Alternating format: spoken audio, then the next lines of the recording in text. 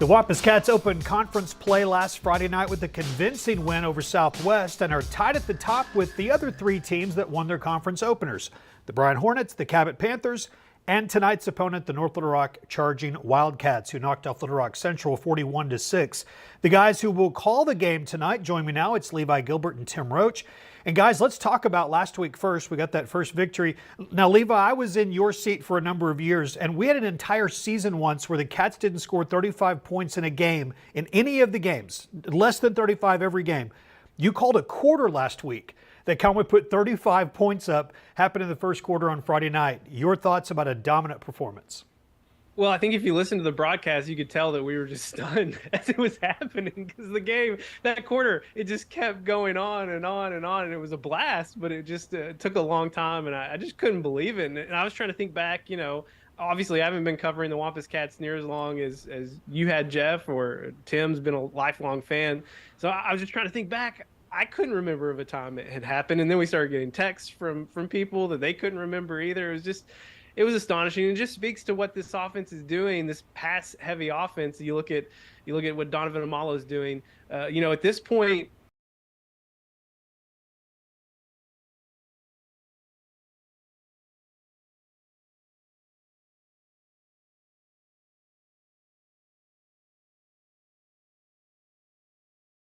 had about the same amount of passing yards as he does right now, but he's thrown 5 more passing touchdowns than he had a year ago. I mean, he's just like way overpaced from what he was doing a year ago. And the same's true for Chris O'Neal. He caught his 10th touchdown pass. Well, his 8th, 9th, and 10th on Friday against Southwest.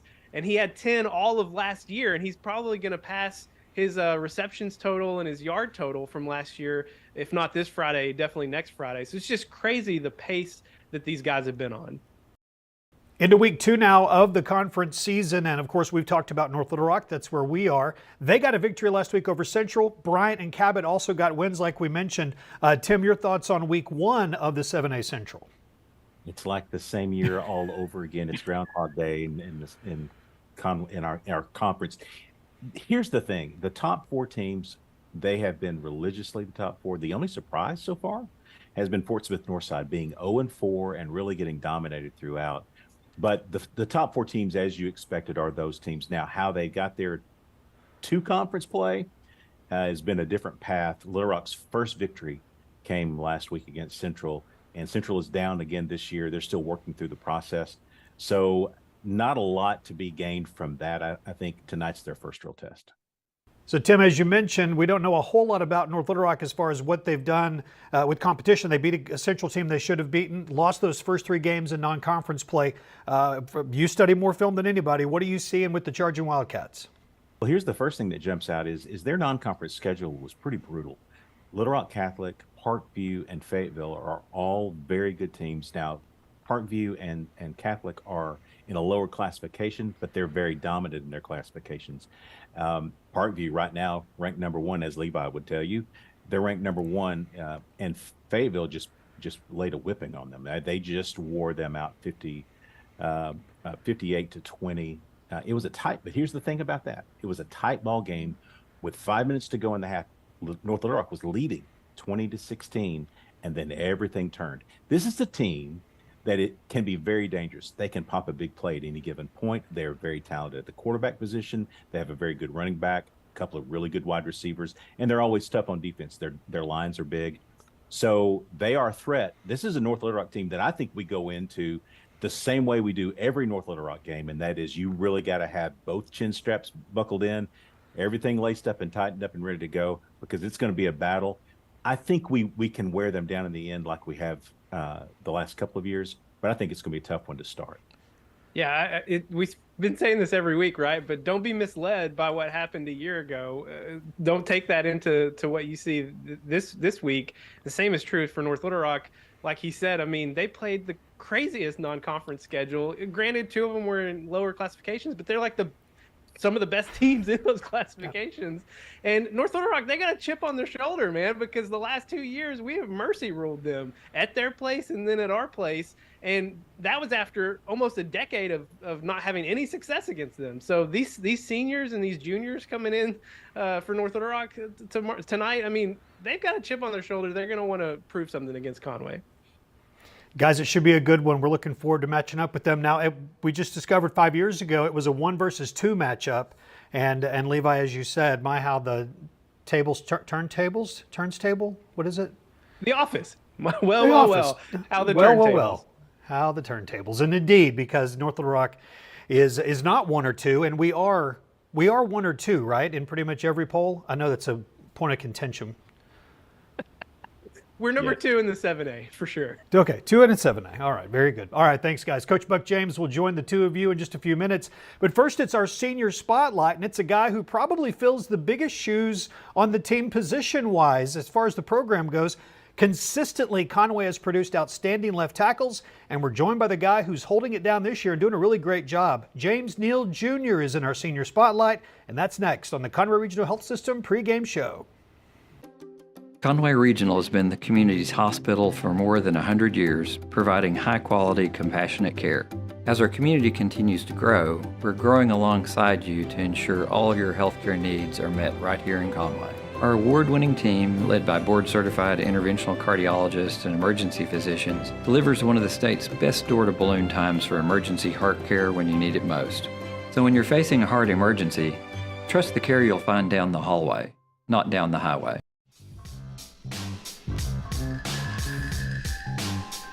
Conway Regional Health System pregame show continues here on Conway Corp. And joining us now for the senior spotlight, he's one of the best on the field every Friday night at serving up pancakes. It's James Neal Jr. James, welcome. Good to be here. Yeah.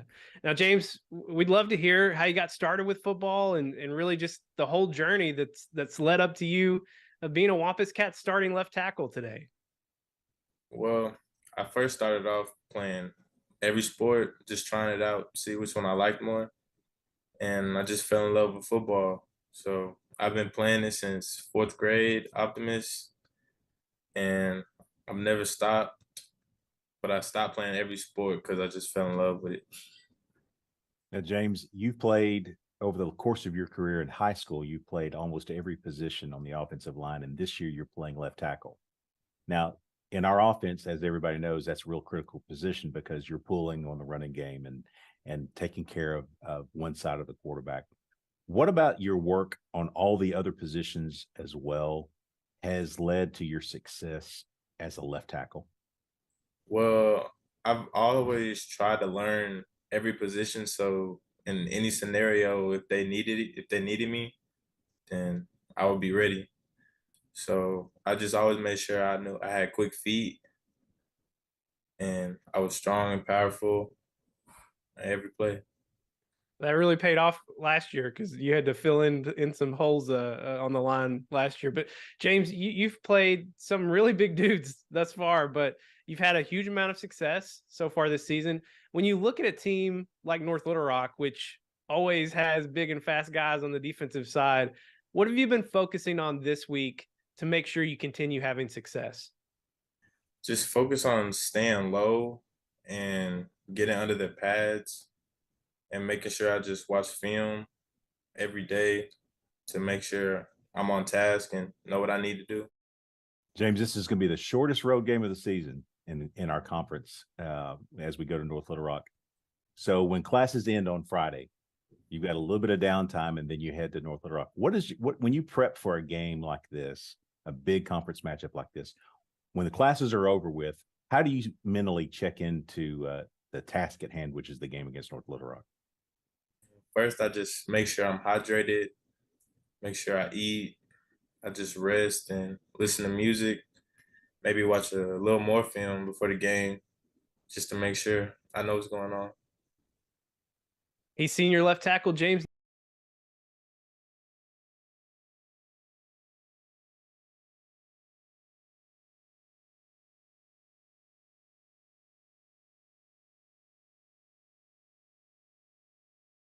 The offensive line of the highest scoring offense in the 7A Central. James, thanks for joining us and good luck tonight. Thank you. You too. Conway Regional has been the community's hospital for 100 years, providing high-quality, compassionate care. As our community continues to grow, we're growing alongside you to ensure all of your healthcare needs are met right here in Conway. When your family needs emergency care, you can trust our board-certified providers and exceptional team of nurses to provide you with the comprehensive care you deserve when you need it most. When you're facing an emergency, trust the care you'll find down the hallway, not down the highway. At Conway Regional, we're not just growing, we're growing together. Welcome back. It's time now for the Coach Buck James Show. Coach and his Cats are back on the road. It's a very short trip this time. It's not to Louisiana, it's just to North Little Rock. And they roll in with a 4-0 start. Let's join Coach now along with the voices of the Wampus Cats, Levi Gilbert and Tim Roach. Thanks, Jeff. Coach, it may seem a little repetitive at this point. I guess that's a good thing, though. Looking back to the Little Rock Southwest game, it was another dominant performance on both sides of the ball, which helped create a 35-point first quarter. What stood out to you in the Southwest game? Well, I thought the intensity we played with, the focus, the discipline, the pace. I thought our football team was ready to play when they came out of the dressing room. And, you know, I don't know if we could have played against air better than we played Friday night. We executed. We hit on all cylinders. I think we had one series where we didn't score, and we were able to operate our 2-minute offense. Our defense got out there and got stops, and our kicking game was sound. We did a great job of punting and kicking and covering the kicks. And I mean, there's not any weakness that we showed on Friday night. And if we can continue to keep improving off of that, I think we got a chance to have a good football team. Coach, I would think on one hand, it's great in the last 3 games that you've had the opportunity. You've been so in control that a lot of your starters haven't had to play a lot of the second half. And so you're getting a chance to see some other guys play. But how does that impact your angle that you've had with this team about getting to that fine edge? And when you have to play all the way to the final whistle, like we did in the first week against Bentonville, how does that play into trying to keep those guys on that edge to be able to play 4 quarters? Well, I think, the way we practice, the way we prepare, what we do in the weight room, the mentality that we try to bring to each and every practice and each and every game. It's like chopping a tree down, or, the tree doesn't fall till, the right stroke of the axe. And I think it's the same way if you put rubber bands on a watermelon. I mean, at some point it's going to cave the watermelon in, and not one of them is strong enough to break it. But if you put them all together, then the watermelon will squash. And I think it's the same way with football. I think you stay in the fight as long as it takes, and you don't quit until the fight's done. And I think that's got to be a mentality. I think it's got to be a focus. I think it's got to be a lifestyle. It's got to be how you prepare and why you prepare. And I think the mental part of the football is just as important as the physical and the emotional part of it as well. Now, Coach, we make the only Central Arkansas road trip this week as the Cats head to North Little Rock to take on the Charging Wildcats. I know their record is 1-3, but they played a really challenging non-conference schedule, and they're coming in off of a win. And just like us, they're 1-0 in conference play. What can we expect to see out of the Charging Wildcats tonight? Well, they got tremendous tradition. I mean, their alumni and their fan base and what they've done the last 10 to 15 years of high school football is phenomenal. And, for a long time, they were the high water mark, and they hear it from their peers. They hear it from their alumni, and, they expect to be great. And when I first got into coaching in 7A football, we had to almost push the kids on the bus to go play them. And, they want to be back there, and they have some guys that, they're just grasping for straws right now. And that win they got last week could be huge. They have tremendous athletes. They've got a great head coach, and I think he's a special guy, and they're going to get better. And they're just looking for something to give them a chance to get some momentum. And what else is better than Conway coming into town undefeated, and then they're ready to play, and they're ready to hit you in the mouth for 4 quarters. I expect it to be a hard-nosed football game, and I expect those guys to be very competitive. And we just got to stay in the fight, and we've got to stay in the fight until the final horn blows. And if we do that, I think we got a good shot to do what we want to do. He's head coach Buck James of the undefeated Conway Wampus Cats. Coach, thanks for the time as always, and good luck tonight in North Little Rock. Hey, guys, I appreciate y'all. When you choose Conway Regional, you're choosing more than just exceptional care. You're choosing a healthcare provider deeply rooted in your community, where our doctors and staff are your neighbors and friends. With 9 primary care locations in 5 counties, we believe in building lasting relationships centered on trust and personalized care. Take control of your healthcare journey with us as your dedicated partner. Schedule your appointment today and let our family care for yours.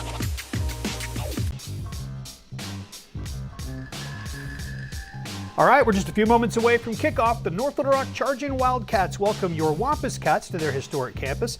It's time to head there now to join the voices of the Wampus Cats, Levi Gilbert and Tim Roach, with more of the Conway Regional Health System pregame show.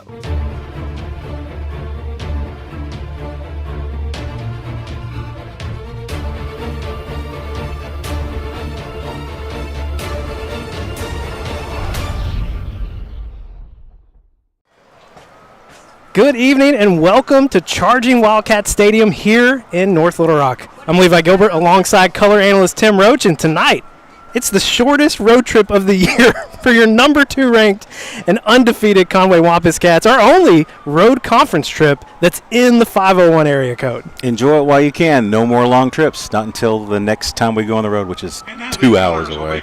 Yeah, and then it's going to be 2 long trips. That's right. In a row to Fort Smith Northside and then Jonesboro in week 9. So, yeah, just interesting way that things happen to fall out. But getting ready, you can see the presenting of the colors, going to be having the national anthem here in just a few seconds, followed by moment of silence and the Pledge of Allegiance. You're familiar with all this. I am, as a PA guy. Get it. Given your PA duties, which you were just doing yesterday for volleyball. Beating North Little Rock at home on Pink Night. It was awesome.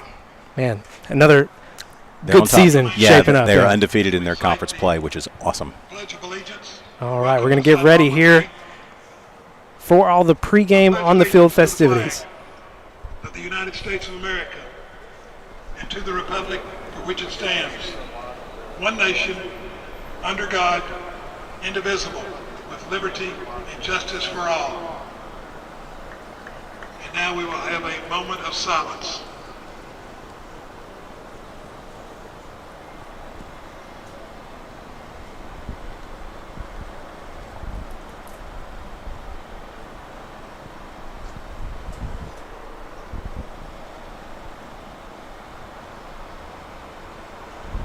Gentlemen, we ask that you remove your hats as the North Little Rock Band will play the national anthem.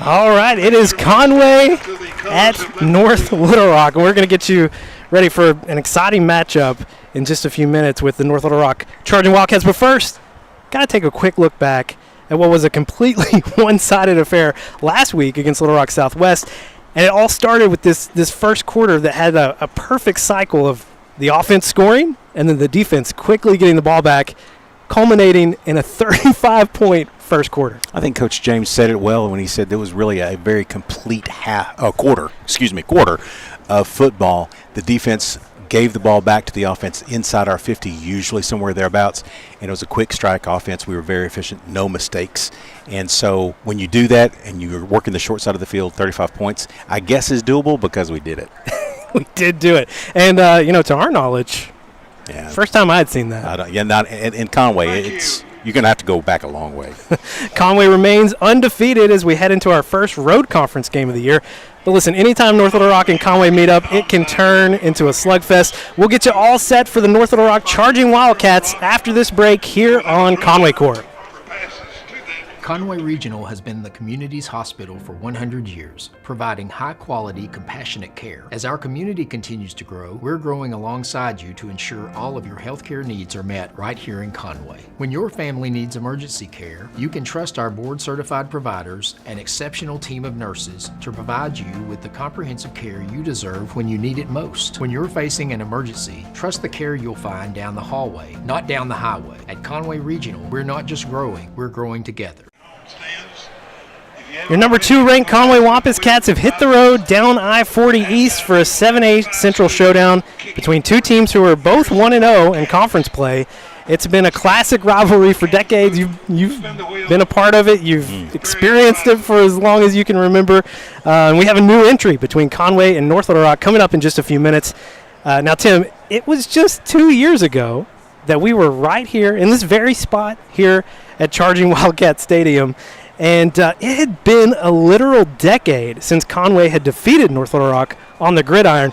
The tide shifted 2 years ago, and Conway has enacted the sportsmanship rule the last 2 seasons. Well, that first time right here was such an incredible night because, it literally, you could feel everyone on the Conway side take a collective breath and say, okay, we've finally done that. It was an absolute beatdown, and, that was way new for North Little Rock. It was great to do again last year, and I think we shut them out last year as well. Now, North Little Rock and your Wampus Cats have had a much different path to this Week 5 showdown. While Conway has marched in undefeated, North Little Rock, they finished non-conference play winless. They played a monster of a schedule, though, taking on one of the best teams in the 6A in Little Rock Catholic, one of the best teams in the 7A in Fayetteville, and the best team in the 5A, and also the number 1 ranked team in the state in Parkview. Had to sneak that in there for you, Tim. Now, if you were just glancing at North Little Rock's record, 1-3, you might deduce that they're not very good, but that would be a huge mistake. While their non-conference path could not have been more different than Conway's, their 7A Central path so far has been just like your Wampus Cats. Both come into tonight's matchup 1-0 in the 7A Central. The record. This is one of those games where if you just look at the records and you said, okay, this is Conway walking over a North Little Rock bunch who is down, that would be completely far from the truth. They are filled with athletes. They have the tradition. They have all this stuff, and they played an unbelievable non-conference schedule. These guys are a force to be reckoned with, and I can guarantee you that this coaching staff has this team prepared for a battle with North Little Rock. So North Little Rock has a huge chip on its shoulders after the last 2 years. They're coming off their best game of the year last week against Central. How do we counter the Charging Wildcats' momentum? That takes us to Tim's 3 things. This is a team and again, things can change as we play out. This is their 5th game of the season, or already halfway through the season now. The 5th game, you might see some things differently. But to date, what you've seen out of this North Little Rock offense is big play potential. They literally get it in chunk plays. It's a 50-yard play. It's a 60-yard play for scores. What they've not done as well is maintain that over a long drive and be consistent with it. So they do have big play potential. They are very fast on the edges, very good running back, great quarterback, great wide receiver. So they have that potential. You just got to limit that stuff. We need to take advantage of the long ball here. I think we've not done a lot of that yet so far this year. We've only seen a couple of balls that were thrown deep, and that's what I'm really looking at here. If we can protect Donnie, which I think they're going to come after him, if we can get that 1 extra second, I think we might see some long balls. We will definitely see slants and stuff over the middle, so I think we'll see a lot of that as well. The last thing I would say is this. Our offense is built off of a run-first mentality, which is weird because we are 70-30 pass to run right now. If we can get our running game going to the point where we like it, it drives the tempo, and it takes a team that is a little bit thin in terms of depth. It'll take them into the second half, and maybe we can wear them down. Got to look at your senior captains for tonight: Jonathan Smith, Xavier Wright, Ben Broyles and Darmonte Purifoy. It's a 7A Central rivalry between North Little Rock and your Conway Wampus Cats. So, Tim, throw the records out. Back with the starting lineups after this break on Conway Corp. For North Little Rock, number 4. When you choose Conway Regional, you're choosing more than just exceptional care. You're choosing a healthcare provider deeply rooted in your community, where our doctors and staff are your neighbors and friends. With 9 primary care locations in 5 counties, we believe in building lasting relationships centered on trust and personalized care. Take control of your healthcare journey with us as your dedicated partner. Schedule your appointment today and let our family care for yours. We are live tonight at Charging Wildcat Stadium. It's Conway versus North Little Rock. Man, we brought the sideline cam with us on the road tonight. Love to see that. I missed the coin toss, Tim Roach. It doesn't matter. Let's just say we're going to get the ball. Odds are. That's usually what happens. Yeah. I don't know why. If you were the opposing team, I don't know why you would choose to kick it to us. But, you know, I'm not a coach. I readily admit that. I don't know all the strategies. Just doesn't seem like the best strategy to me. Again, your senior captains tonight, Xavier Wright, linebacker, Jonathan Smith, the receiver. And here come your Conway Wampus Cats entering the field here at Charging Wildcat Stadium. The other senior captains tonight, Ben Broyles and Darmonte Purifoy. All right, let's take a look at the starting lineups.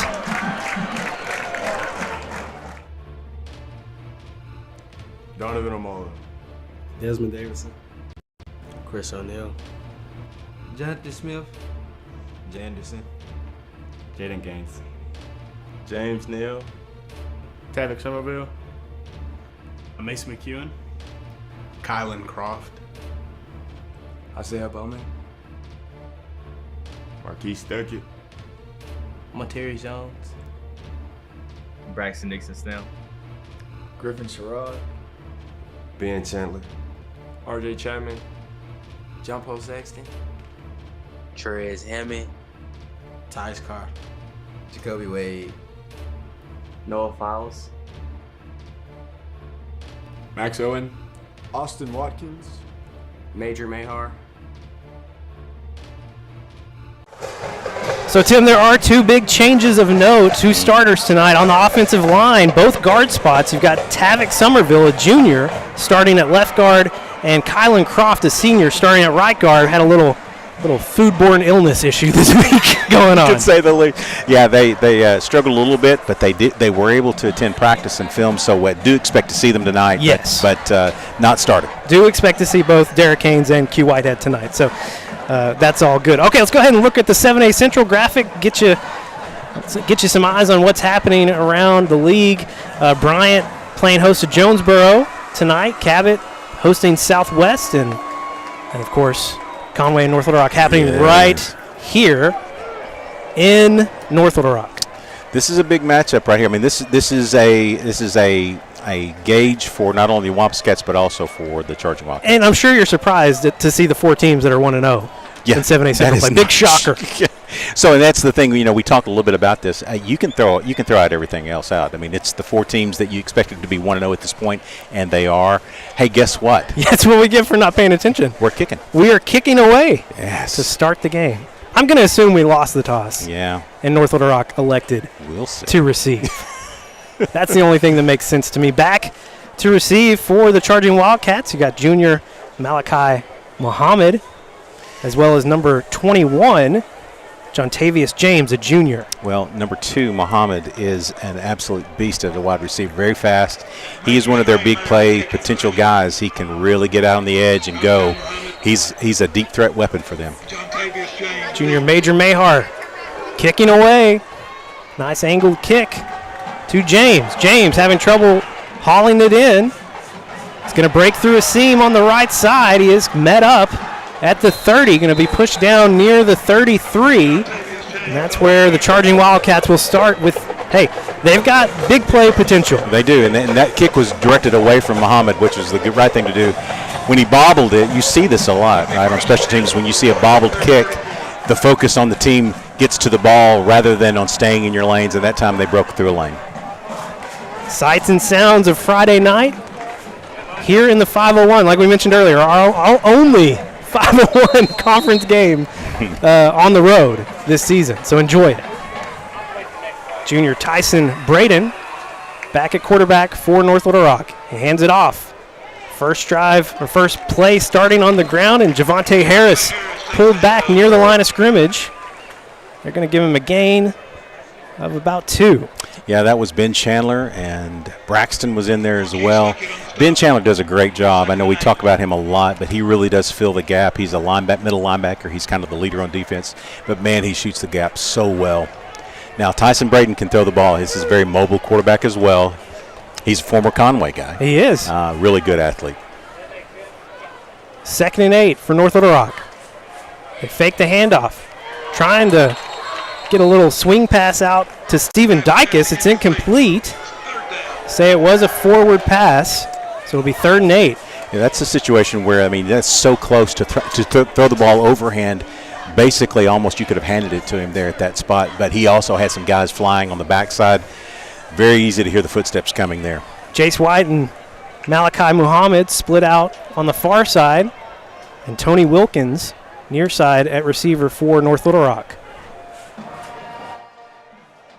Bring Muhammad in motion. Braden looking to pass under pressure, finds Muhammad, quickly met by Jacoby Wade. That's going to be real close to that first down marker. I think it's going to be just a little bit short. Not much, though. They're probably going to go for it. He sat down in the zone, right in behind the linebackers, in front of the safety, and found his spot. Yep. Good route that time by number 3, Jace White. 4th and inches coming up for North Little Rock. Ball spotted at the 44. They keep the offense on the field. Now, they do have an undersized running back, and Tyson Braden is very big, so I would be surprised if he doesn't keep the ball here. Bring the receivers in tight on both sides. They give it to Harris. Harris bouncing it out, met behind the line. Oh, got it. Man, Ben. What a great play. Ben Chandler made the good play, but an even better play there by Javante Harris, spinning out and able to get that ball forward. He had him wrapped up, but the wrap took him forward, which was the unfortunate part there. Barely got it, but he did get the first down. Man. Well, good play by Harris, unfortunately, for your Wampus Cats. And really good play by Ben. It's just unfortunate that he gained half a yard. 1st and 10 from the 45. Dykes in motion. They'll give it to Harris again, working this near side, trying to bounce it back out to his left. John Paul Saxton finally wrapping him up. It's a big gain on 1st down. Yeah, he got turned around. The play was dead going right, so he switched gears and found a seam inside, and we were in our pursuit. We'd over pursued, and it was a quick 9-yard gain.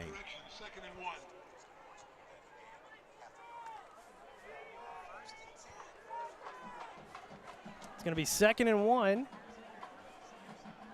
for North Little Rock. White in motion. They'll give it to him. Trying to sweep around, and he's hit right at the line of scrimmage. Going to be no gain here on 2nd down, 3rd and short upcoming. Great job of the right side of the defensive line, including from the backside, from the linebacker spot, John Paul Saxton, but they lengthened that out. He had to go wide, and was never able to cut up, and really no gain, maybe lost just a little bit. But they're going to be in 4-down territory unless they lose yardage here. And like a lot of teams that we've seen so far, willing to slow things down. Well, they want to keep it away from the Wampus Cat offense, and they're doing a good job so far. 3rd and 1. They give it to Harris right up the middle. Man, that's going to be close too. Right near the 1st down marker. I think he's going to be just a hair short.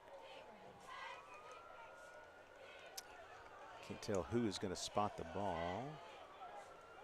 Well, they the far side judge had a slightly different spot.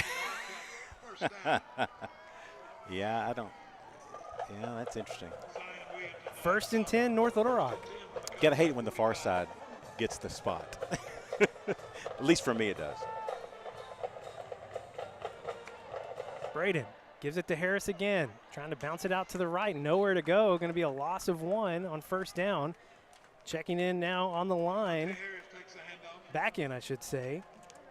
Griffin Sherrod and Keyshawn Ekman. Yeah, and also you had MJ there making a great play in the backfield, made contact, and was really, again, the running back is a little undersized, but he's very fast, very shifty, but he made good contact in the backfield. That's MJ's third tackle for a loss on the year. 2nd and 11. They give it to Harris. Harris working the left side, cutting upfield. He's going to get about 3 or 4 on 2nd down, brings up 3rd and long. Yeah, real patient run there. And for your defense, they found him. He's hard to find, to be honest. He's just struggled to find in the backfield. So small, 25 is who we're talking about there. And once you get lost behind those big linemen, man, sometimes you get 2 or 3 yards out of that. Ball spotted at the 43, 3rd and 7. Empty set here. Conway showing pressure. John Paul Saxton, Ben Chandler both coming up near. They step back now, back up at the line. Here comes Ben Chandler. Braden just having to unload quickly, incomplete. 4th and long.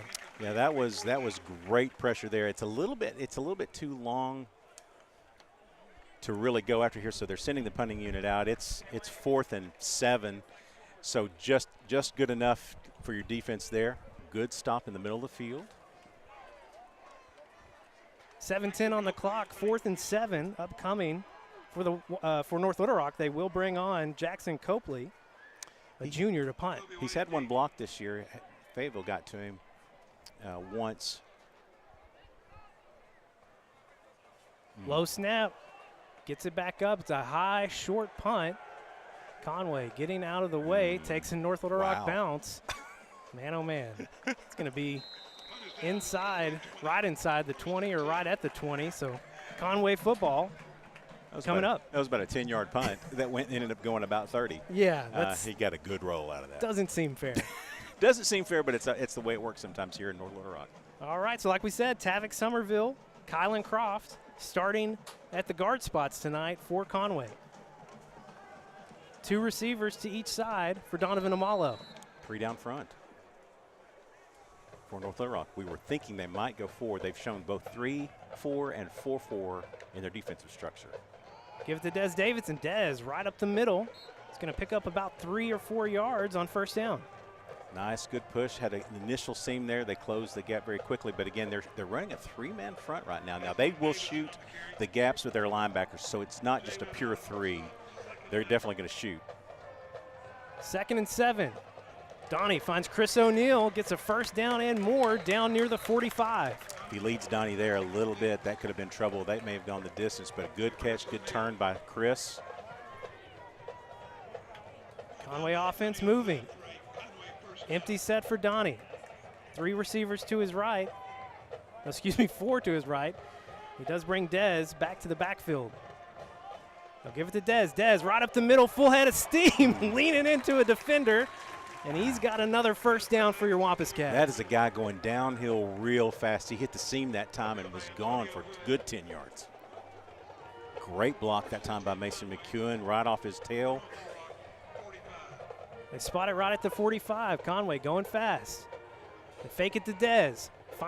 Tries to find Jaden Gaines, led him a little too far in front, incomplete. Well, that was a case where Jaden kind of sat down in the zone a little bit, and I think Donnie expected him to take at least 1 or 2 more steps, keep the path going, and just a little bit of miscommunication there. Wampus Cats going white jerseys on white pants tonight. I thought they might keep the white on blue. 2nd and 10. They give it to Dez. Dez pushing forward. You see him pumping those legs, leaning forward. A short gain, but, man, he was pushing hard. We are in 4-down territory. We're going to look, I would imagine, to get something here to make it more manageable. 2-yard gain makes it 3rd and 8. Donnie looking to pass. Near side. Trying to connect with Jaden Gaines. Pass a little short, incomplete. Yeah, good route that time. The ball just not quite delivered. But you don't see, at this point, we don't see the punt team moving. They're going to go for it. 4th and 8. They'll keep it on the field for now. They will go. They fake it to Dez. Donnie going deep for Chris O'Neill. He's got him.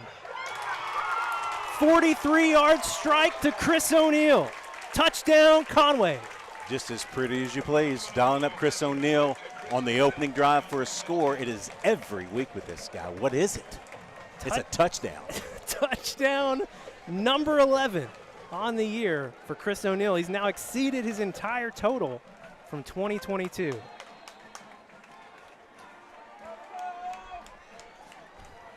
Major Mahar on for the point after. Austin Watkins with the snap. Max Owen with the hold, but there is a flag. We'll wait the call here. Pre-snap penalty, false start. Against your Wampus Cats. They'll back it up 5 yards. Okay, still well within Major's range. That'll not make Coach very happy, I can assure you. First time we've seen that Yeah. this season. On special teams, at least. They normally go silent. It's just by a hand gesture from Max for the center. So it's difficult mostly to get an illegal procedure, but we were able to get that done. It's going to make it a 25-yard point after attempt.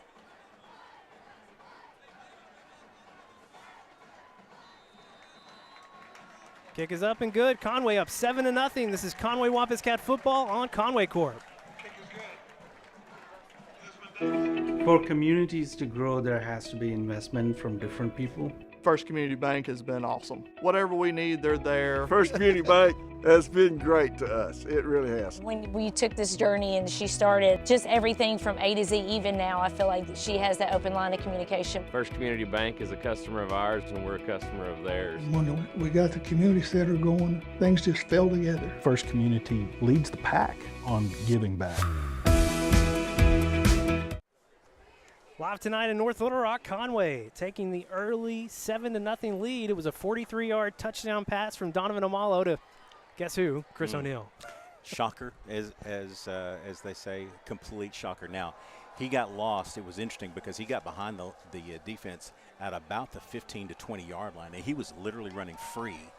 And it's one of those you just hope that Donnie gets the ball where it's supposed to go. And he threw it on a dime right to him. Easy catch for Chris, an easy walk-in. Another angled kick for Major Mahar. Kicking it to James. James trying to go across the field. Undercut by Noah Files. Who else? At the 10. My man Noah Files is making plays. Watch this right here. So look at the touchdown good pass. Protection by your offensive line. Just a good deep ball. And right here, he is way behind everybody and walks it in. Nice. Well, you love to see it. 5:27 to play here in the opening quarter. Conway up 7-0. Get our second look at the charging Wildcats offense, led by junior quarterback Tyson Braden. By the way, almost perfect kick from Major Mahar right there at the goal line. Nicely done. They fake the run. And pass, a little miscommunication out there to Malachi Muhammad. Yeah, it was a quick slant, and I'm not sure if it was just an overthrow by Braden or if it was a wrong route there. It wasn't really open anyway, but Trez had that covered up nicely. Donnie 2 for 4 on that opening drive for 65 yards and the touchdown. We'll give it to Harris this time. Trying to get behind his blocker. Just a lot of white jerseys clogging things up. Guess who? Ben Chandler? Yeah. I had everybody else there as well. I'm trying to see who that is. Austin Watkins was back there as well. The interior of the defensive line was there as well. Ekman in there too. Yeah. And really what happens is, I think, and we've seen this a lot this year, the defensive line makes the initial stop, and then you get cleanup coming from Ben Chandler, just forcing the pile backwards. Great stop that time by your defensive line and by Ben Chandler. Just a gain of 1 makes it 3rd and 9. Like I said, North Little Rock, no urgency. They're not going to be that unless they need to. They're gonna make sure they're trying to get lined up the right way here. Braden looking over the middle. Noah Files right there as the ball comes in. Can't tell from this angle, but it looks a little short. Yeah, I think he's about a half a yard short, if you ask me. Braxton Nixon Snell checking back in on the defensive line. Good tackle that time by Noah Files, right at the spot. He sat down. That's the twice that they've run that route where they've turned into the zone, got right in front of the safety, right behind the linebackers, and have completed the pass. Good throw there by Braden. They're going to go for it on their own 20. They will be a yard short, 4th and 1. Got to watch for the offsides here. 2 backs in the backfield alongside Braden. Conway couldn't hold off. Wow. Man, oh man. I didn't get it out there quickly enough. You didn't tell him soon enough, Tim. It was in my head. It was in my head. I just don't think that there's any way they go for that right there. That's a huge nail in the coffin there. Instead, 1st and 10, they get new life. Moves the ball to the 25.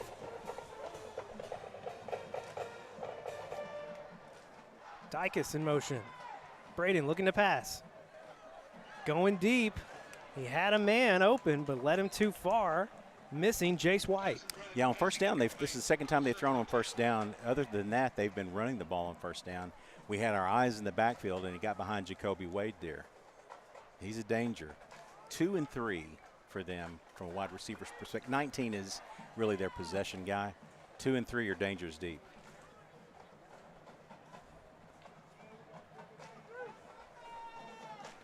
And also, I think we forced Braden to throw the ball a little bit early out of the break there.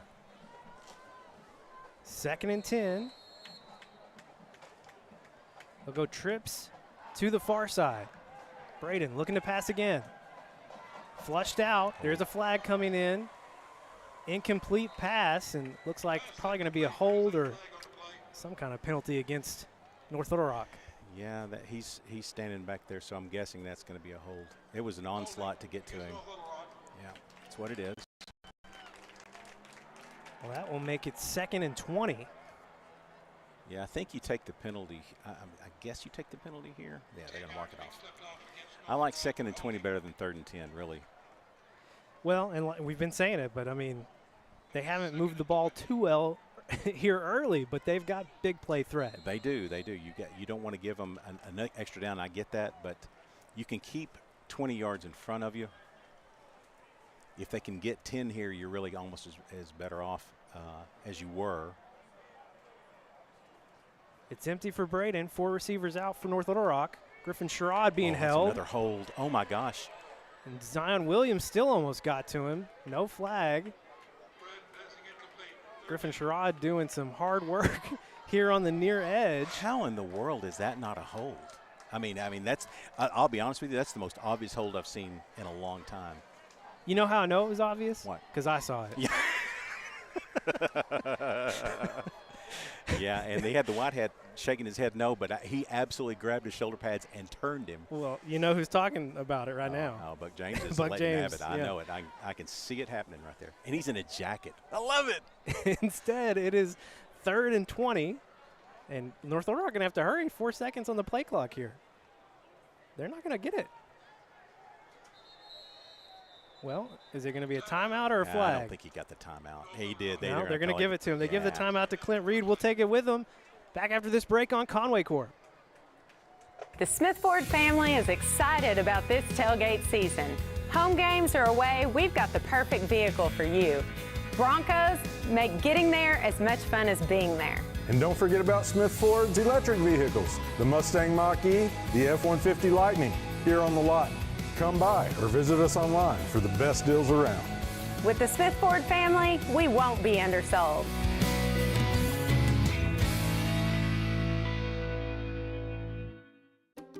Conway Regional has been the community's hospital for more than 100 years, providing high-quality, compassionate care. As our community continues to grow, we're growing alongside you to ensure all your healthcare needs are met right here in Conway. Our award-winning team, led by board-certified interventional cardiologists and emergency physicians, delivers one of the state's best door-to-balloon times for emergency heart care when you need it most. So when you're facing a heart emergency, trust the care you'll find down the hallway, not down the highway. 3:30 to play here in the first quarter. As we come back, it's 3rd and 20. Wow. Upcoming for North Little Rock. Quads to your right here. Braden gets the pass out quickly. He's picked off by Jacoby Wade. Jacoby's got blockers in front. He's going to return it to the house. 6 for Jacoby Wade. Not a good decision that time by Braden, but I will tell you, Jacoby jumped that, and it was to the house immediately. Not anybody had to do anything but Jacoby Wade. And when Jacoby Wade's got the ball and he's got some open space, I love that position with him. Take a look at the play here. 2nd interception of the year for Jacoby Wade. Stepped right in front of it. Yeah. Had all the blockers out in front. There was really no contest. First turnover turned into 6 points for your Wampus Cats. Wow. You know, there was a couple of years ago, it was almost every possession, it felt like.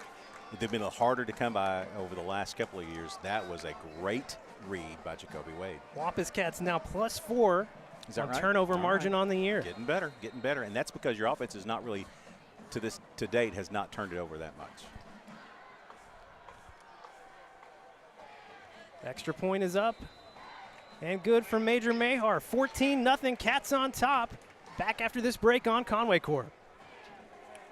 From day one, Centennial has been there for the people of Conway, the people that teach us, protect us, guide us, and work to make Conway better every day. That's why we've donated over $5 million to local organizations and causes, and we have the same commitment to serving you for life's milestones and everyday moments. Centennial Bank, proud to call Conway and Faulkner County home. Now home entertainment can get out of the house. Introducing Conway Corp TV, streaming entertainment with cloud DVR, live sports, local TV, and much more. It's perfect for rom-coms on the couch, adventures in the backyard, and binging over lunch. So whether you're in your bedroom, on your phone, or on the go, it all feels like home. Conway Corp TV, available only from Conway Corp. Back live in North Little Rock, and Tim, you noticed something here. Yeah, they have switched we've kicked to number 21. James. James, we've kicked to him twice now. They flipped, and they put Muhammad over here to the left side. This happened back in week 1 against Bentonville. Let's see what we do. Major Mahar kicking it to the same side. It's Muhammad on the return this time for North Little Rock. And he's going to be met right around the 20. They'll mark it at the 22, so no danger there. Yeah, that's good job by your coverage team. 19. That's a new number for me. Is it Colbeth? Zach Colbeth? Yeah, Zach Colbeth. I didn't play in special teams. Zach Colbeth down there. A junior, we've learned tonight. Not a senior. We've been calling him a senior. That's how he was marked on the roster, but he's a junior. Good job on special teams there, and he's fast dude, man. He is a fast dude. He's a great option to have out there on the kickoff team. Oh, yeah. Oh, my gosh. Love the speed. Well, Tim, it's always nice when your defense is putting up points. Yes. That's the first time this year? First time this year. All right. Let's have more of that. Braden passing on first down to start this drive. Looking for White again. And overthrown, but 2 white jerseys in the vicinity. Is there a flag out there? No, I was just looking, but we did, yeah. Isn't that normal, right? Well, when you point to the field, I usually think Jacoby Wade, Noah Files, and Jonas Cecil are all out there. All 3 safeties are out there, so we're running a different package. We're still running 4 up front. You still have RJ. You've got Jacoby playing more of a bandit role right now. He may be playing in place of RJ. 2nd and 10. Braden passing again. Flushed into the middle, but nowhere to go. Who got there? Oh, MJ. I see MJ Jones. MJ got there. So did. Is that Justice Hills out there on the other side? Is Justice Replay Hills? upcoming. Yes. Yeah, Justice Hills out on that. Oh, excuse me, this is the pass attempt here. But it was Justice Hills and MJ. And MJ, boy, he's having a great first quarter. Wow. Go, MJ. And good coverage on the backs, on the front side up here. No real open targets for Braden. That's just our 2nd sack of the year for this Conway defense. Wow. The other one, Sam Seifert. Sitting at home, kicked up, saying, finally, somebody joins the Sam Seifert crew. 3rd and 14. Flag coming in on the far side. Did Conway jump? No, 3rd and 19. Okay. I like the sound of that better. Yep. We'll be against North Little Rock. Yeah, just now.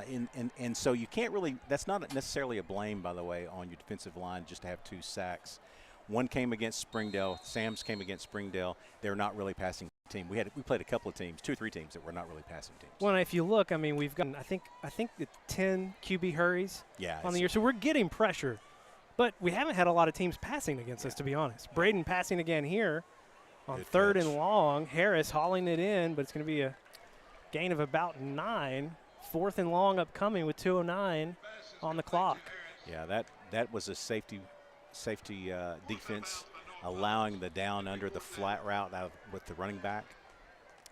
No real threat to the first down marker, so good job by your defense there. They got it out quickly. Nobody opened deep. 4th and 15. Excuse me, it's going to be 4th and about 11. Yeah. And they bring on Copley again. The last time they brought the punt team on, it was a short snap. Yeah. They did get it off, though. He's stepping up a little bit here. Better snap and a better kick from Copley. Bounces near the 45, goes out of bounds. They're going to mark it about the 46, 45-ish. There on the North Little Rock 45. It's good. All I right. love starting on that side of the 50, Levi. Short fields for your Wampus Cats usually turn out well. Yeah, I like those. I like our chances there. Hey, look at this. Caden Henderson spotting. Yes. Yes. Good to see him back on. Had to sit out a week ago after a little bit of a injury at Ouachita Parish. Yeah. Good to see him out there. That's great news. First carry in 2 weeks. They fake it to Caden, Chris O'Neill somehow catches it. I don't know. Circus catch out there, and he's got a first down. Well, so here's the thing. That's 3 passes now that have been to the back side. They're not sitting down in the zone, or there's some miscommunication there. All 3 completions for Donnie have gone to Chris O'Neill. Pressure coming on the far side. He had to get it out early. It was a wobbly-looking pass. Luckily, North Little Rock defenders not looking for it. Yeah, because it's almost like he was throwing that away. So that was DeMarcus Williams that got in from if they run a 4-4, which they're not, they're running a 3 with a lot of, they're protecting against the pass, it looks like so much. It'll be 2nd and 10. They do give it to Caden this time. Caden working the left side, falling forward. He's got a nice gain on 2nd down. I was talking about him. I mean, he's a little guy, and you know, you fear a little bit of the dings, and maybe not the best pass blocker in the world, but boy, he's tough inside. And fast. Gain of 5 makes it 3rd and 5. Ball to 27. They'll give it to Caden again. Caden makes one move. It's going to be down near the 20. It's going to be enough for a first down. In keeping with the senior spotlight, fantastic job there by James Neal Jr. Pulled from the left side, left tackle. Caden went right behind him, cleared the path. Great job, Mr. Neal. I loved hearing from him this Good dude week. there, a good dude. Dez in. They fake it to Dez. Out quickly to Good Jaden block. Gaines. Good block from Chris O'Neill. Jaden gets upfield. It's going to go out of bounds, close to the 10. They'll mark him. Well, they're going to mark him around the 13. Here's the thing about that for Chris O'Neill. He waited for him to catch the ball before he made the block. If you block there before he catches it, it's pass interference offensive side. So great job by Chris O'Neill there to make the block. 2nd and short. They'll give it to Dez. Dez right up the middle, leaning in. Inside the 5, 1st and goal upcoming for your Wampus Cats. And that's going to hurt if you're a safety guy right there. You're underside safety. That's just going to hurt. Tough tackle. Under a minute to play. Conway back to the line quickly. Give it to Dez again. Dez really nowhere to go. Lucky to get back. Maybe, yeah, right back to that line of scrimmage. Yeah, they were piled into our backfield even before really we got the handoff. All right, 44 is in at H-back, and that is Heath Owen. Yes, hello Heath. He wears 62 and 44 depending on the offensive set. 44 allows him to be pass eligible out of the H-back position. 2nd and goal from the 5. Give it to Dez. Dez somehow split through 2 defenders, but it will be a loss of about 1. Could have been worse. Yeah, good job there by North Little Rock really sniffing that out. We went with the heavy package, and they were all out for the run. 10 seconds, I'm not sure we'll get another play in this quarter. But given our offense, who knows? Down to 2. They will not get it off. That's going to do it for the first quarter of action. Conway up 14-0. This is Conway Wampus Cat football here on Conway Corp.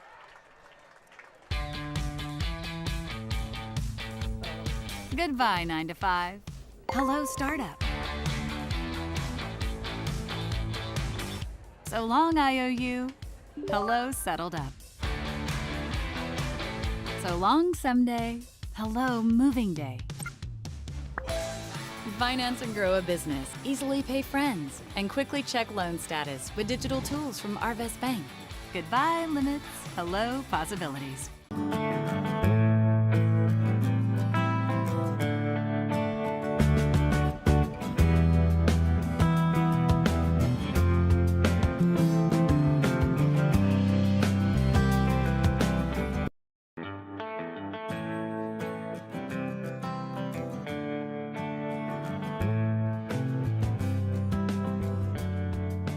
Thank you for your business. Third and goal coming up from the 5 as we come back. Excuse me, they've got it marked at the 6 now. When you swap ends of the field, do you lose a yard? That's where it was. Come on. That's on me. Back to the 4 receiver set. Donnie looking to pass into the end zone, looking for Jackson Anderson. They're going to say it's incomplete. All right, so you got a decision here. 4th and goal from the 6.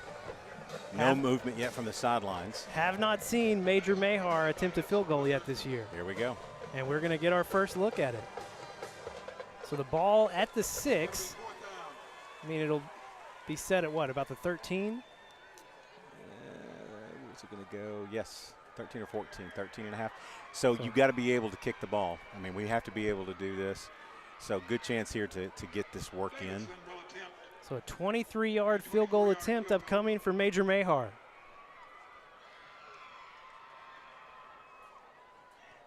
Good snap, good hold, good kick. First field goal of the year for Major Mahar. 17-0, Conway on top, 11:52 to play here in the first half. Back after this break on Conway Corp. When you choose First Security, banking is just the beginning. Here, we take care of each other, making the community we all share even stronger. So people in Arkansas can build a life, buy a home, run a business, and more. Strength in numbers and neighbors.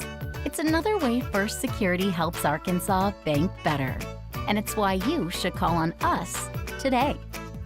First Security, bank better. Well, it took all the way to week 5 for Major Mahar to get his first field goal attempt, and it was a beauty. Yeah, no, it was that would have been good from a long way. Got a really good foot into that. Good mechanics from everybody there. You hated to see that though on one hand though, because you had they had flipped the field and we were inside with first and goal inside the 10 and just couldn't knock it in, and that's not like our offense. So I'm sure they're getting coached up right now. I can see Coach Kelly down there doing that exact thing. All right, they have flipped back. They flip back on this side. Okay. James is on the other side now, so let's see what happens here.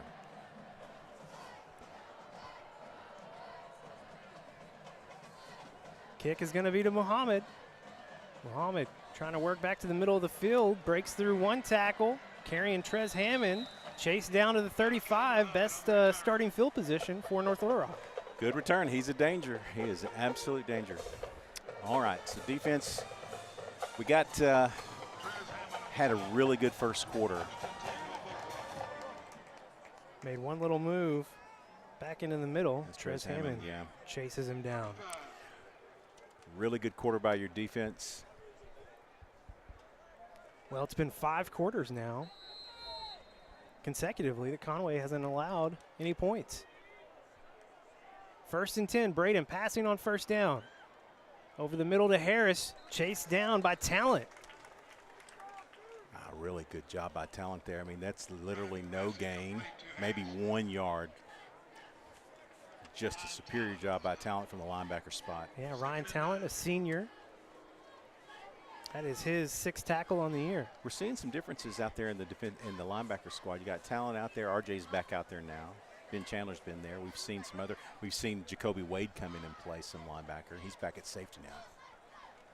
They'll give North Little Rock 1 yard, 2nd and 9. Braden passing again. Trying to look here in the flats, but I don't know if he could even see White. There was so much pressure in his face. Yeah, he was throwing it to a spot there. There was just no option open at all. John Paul Saxon checking back in at linebacker. Talent to come off. Jonah Cecil and Noah Files back deep at the safety spots. We're running a three-man front now. You got Justice Hills, Braxton, and Sherrod out there in a three-man front. You've got, is it RJ? Chapman, Chandler, Jacoby Wade. And John Paul Saxton. Yeah, I got John Paul playing in a gap now. Now they're coming up. It's empty for Braden. See if they back out. John Paul Saxton up close to the line. North Delay Little Rock. game. Delay game. All right, back it up 5, so it's going to be 3rd and 14 now. They decide not to take that second timeout. Yeah.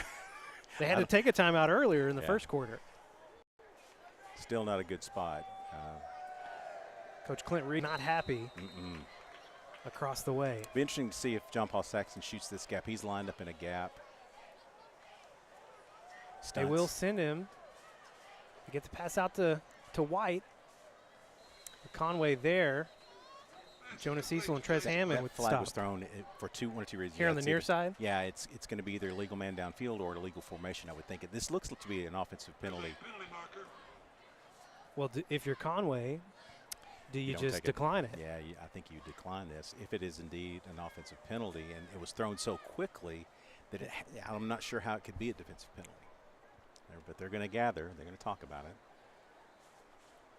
Coach Buck James, very close. Very interested. No, they're going to wave it off. Okay.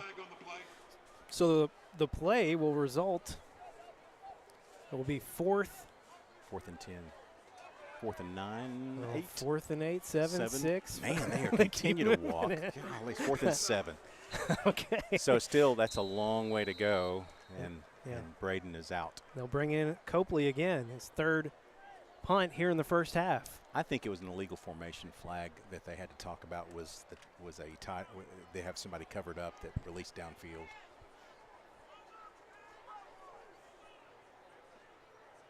Jacoby Wade back to receive.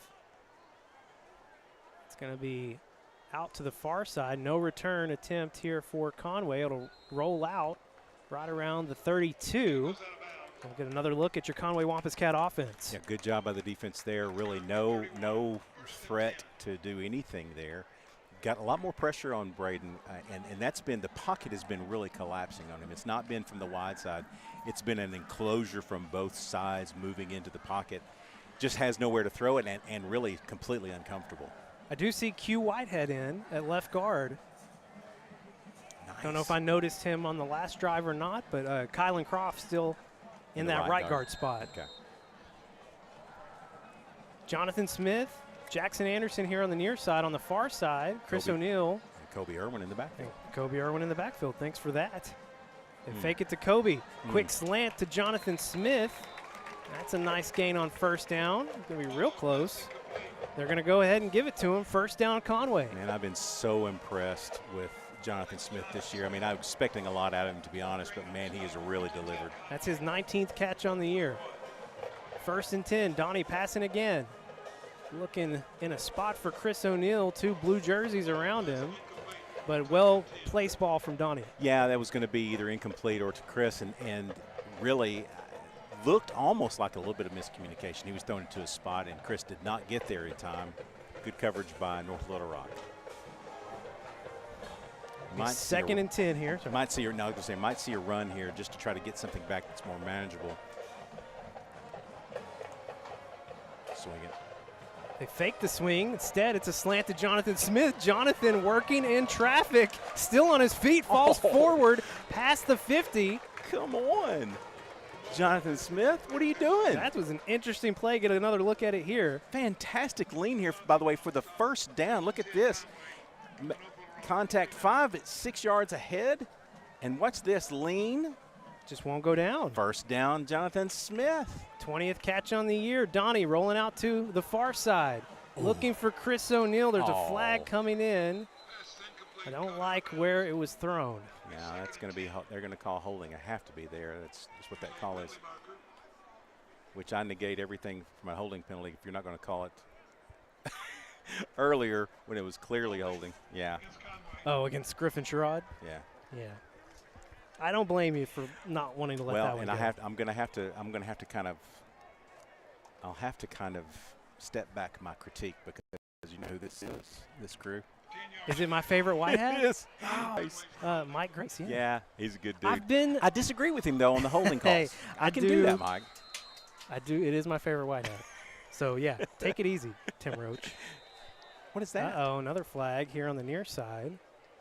Going to be another penalty against your Wampus Cats. 2nd and 20, or excuse me, 1st and 20.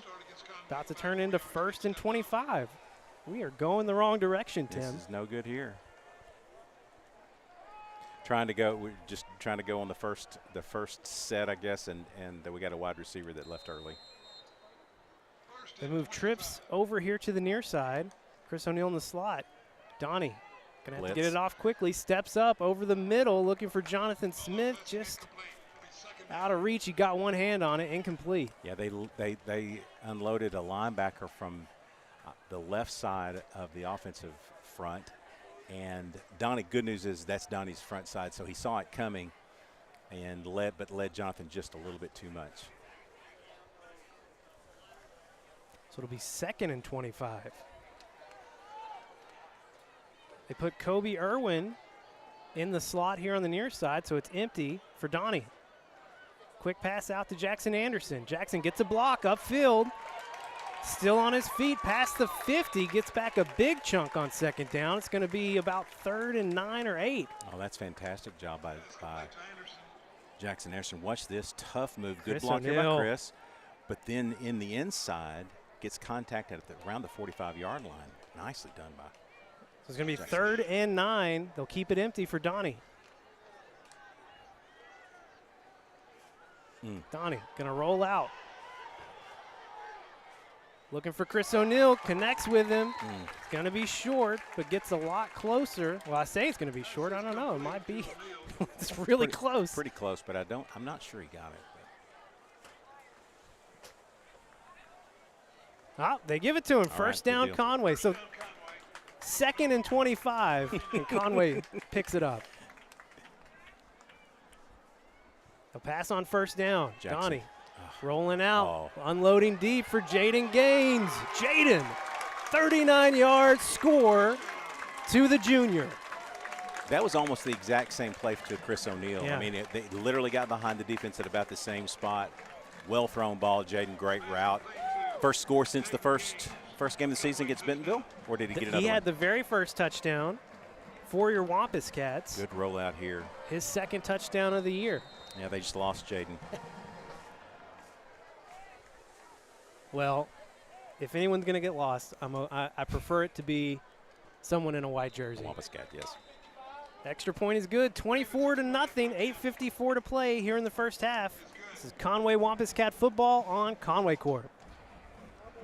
For communities to grow, there has to be investment from different people. First Community Bank has been awesome. Whatever we need, they're there. First Community Bank has been great to us. It really has. When we took this journey and she started just everything from A to Z, even now, I feel like she has that open line of communication. First Community Bank is a customer of ours, and we're a customer of theirs. When we got the community center going, things just fell together. First Community leads the pack on giving back. Back live here in North Little Rock, been all Conway so far. Yeah, boy, I mean, in front of a really good Conway crowd. They traveled the big distance from Conway to North Little Rock. Well, hey, there was a wreck, and I mean, it was a problem, that's right. There's a bottleneck. Our players didn't get here till about 5:50, which is highly unusual. They were pretty much dressed getting off the buses. I'm guessing they dressed while they were driving. 24 points for your Wampus Cats. Donovan Amalo, 9 for 15 so far, 169 and 2 touchdowns. That puts him at 20 passing touchdowns on the year. What a deal. Major Mahar kicking it to James. They're going to let it bounce into the end zone. Man, oh, man.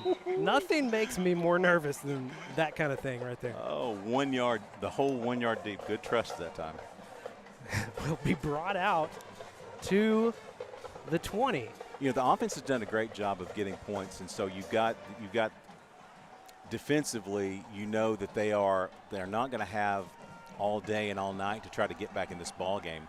And so you're a little bit, now you're getting more one-dimensional. You're going to see more throws, which when you get an offense like this in a predictive manner, you can really do some different things defensively. So it does help your defense out by the fact that we're scoring so much offensively. They bring the receiver in motion. They'll get it to him. Ooh, a couple rough collisions, but a nice gain on first down for North Little Rock. Yeah, Lorenzo Jet picked up about, what, 5, 6? Is there a flag down? Yeah, they hadn't moved There's a flag. the marker yet. So, yeah, there's a flag back near Holding. the 20. Well, hey, I don't hate it. It's going to wipe out the gain on first down. It's going to make it first and 20. Seen that before tonight. It was on us, though. So 8:34 to play here in the first half. Clock is running. And it's going to be first and 20 now. Ball at the 10 for North Little Rock, and another flag coming in. I went Fan Tim right there. I haven't been Fan Tim in a while. Come on. Well, I'll tell you what the deal is. I love how quickly MJ Jones got off the ball. Yeah. So here's the thing, though. The last drive, we were 1st and 10. We had a holding penalty, 1st and 20. We had a procedure penalty, 1st and 25. Yeah. It's exactly what they just did. Holding penalty on first down, 5-yard motion penalty, 1st and 25. Well, and they're getting precariously close to their own end zone. Yeah, we weren't as deep, but this is more of a problem for them. We still, looks like we're back to our 4-man front. You got Watkins out there, Zion's out there. Jones and Kesey here on the near side. Yeah. Defensive end spot. Kesey coming up the middle. Braden gets it out to Harris. And Harris is going to pick up some nice yardage, but it's still going to be second and long. Gain of about 10 there, but really that's an excellent play call for where we were. They felt like we were going to be coming in. We came in with a bit of a stunt from the outside edge. Kesey stunted inside, was free, but they were running the screen pass. It's going to be about 2nd and 15.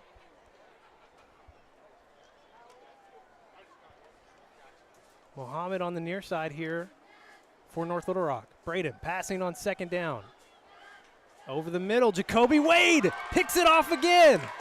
Jacoby not going to score this time, but interception, number 2 on the night and number 3 on the season.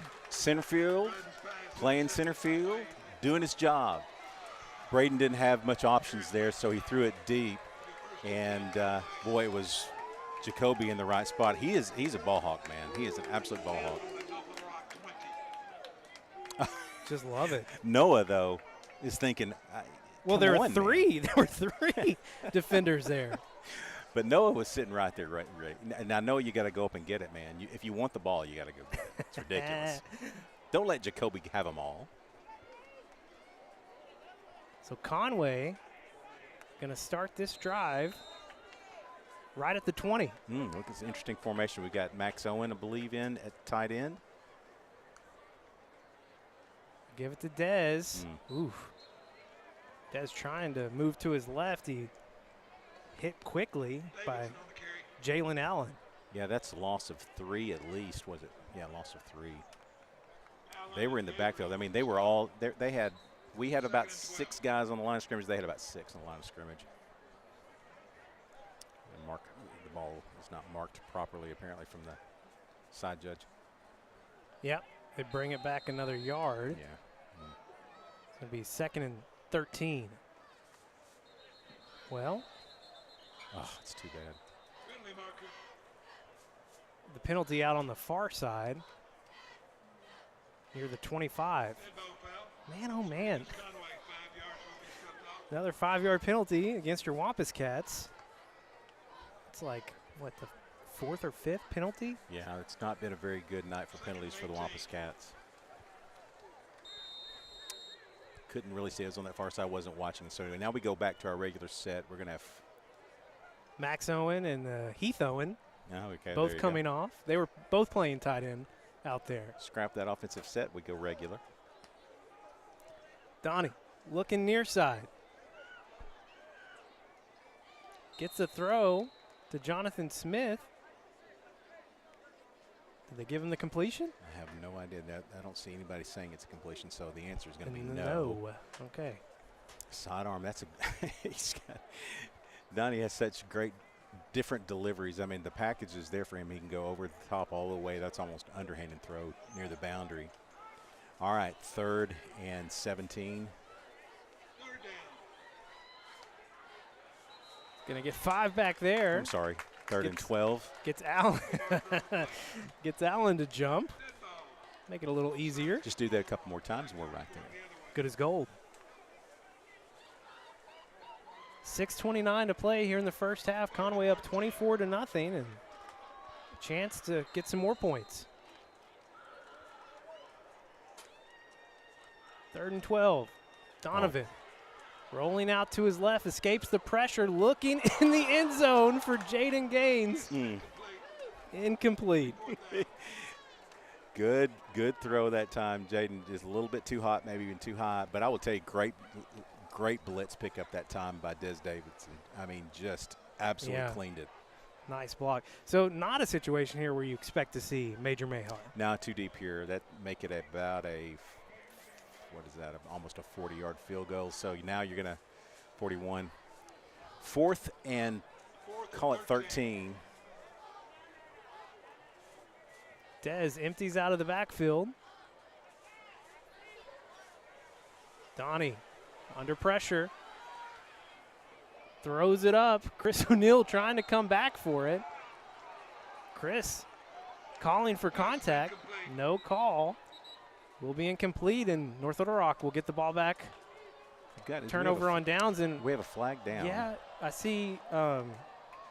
He's got his flag out, hand in his hand. I'm not sure. Isaiah Bowman on the near side was coming off with his helmet off. Trying to see what they're, I guess there's no call. So they're going to, but they are having a conference, and they have not moved the chains yet. That's to be noted here. It's still showing 4th and 13 with a conference. Well, maybe we'll like the decision here. I'm not sure. Our defense is on the field, I will say that. Was there a flag? He had it in his. He still has it in his hand. I'm not sure exactly what's going on here. They haven't talked to Buck James either, so unsportsmanlike conduct against Conway. Against Conway. Maybe offsetting here. And they haven't shown the other side of it, so I'm guessing it's just on us. Well. Yeah, I guess so. Okay, You're not getting a lot of arguments out of the coaching staff, so I'm going to go with whatever that is.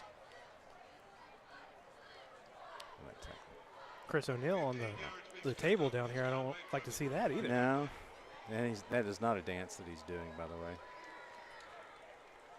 So after the penalty, they'll mark it at the 38.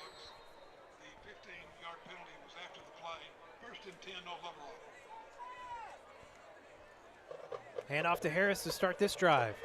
Trying to bounce it out, cannot get away from Jacoby Wade. A flag coming in near the 35. He goes out of bounds way back near the 20. Forward progress going to be way different than that. But a lot of penalties tonight.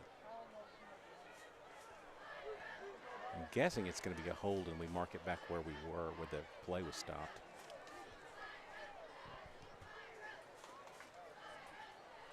They look like they're going to. Is it against? Is it maybe a face mask? Maybe personal. Well, that's foul? kind of what I was thinking. Yeah, will be a face mask of the 15-yard variety. Well, boo. So far, so bad.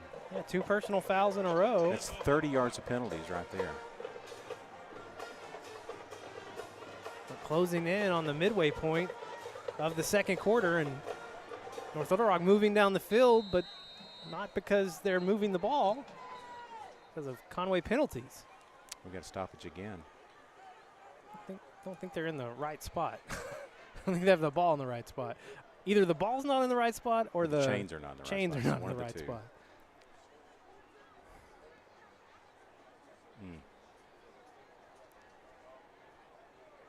Well, a lot of stops here in the second quarter. Wow. Okay, so the ball was not in the right spot. They will set it at the Conway 47.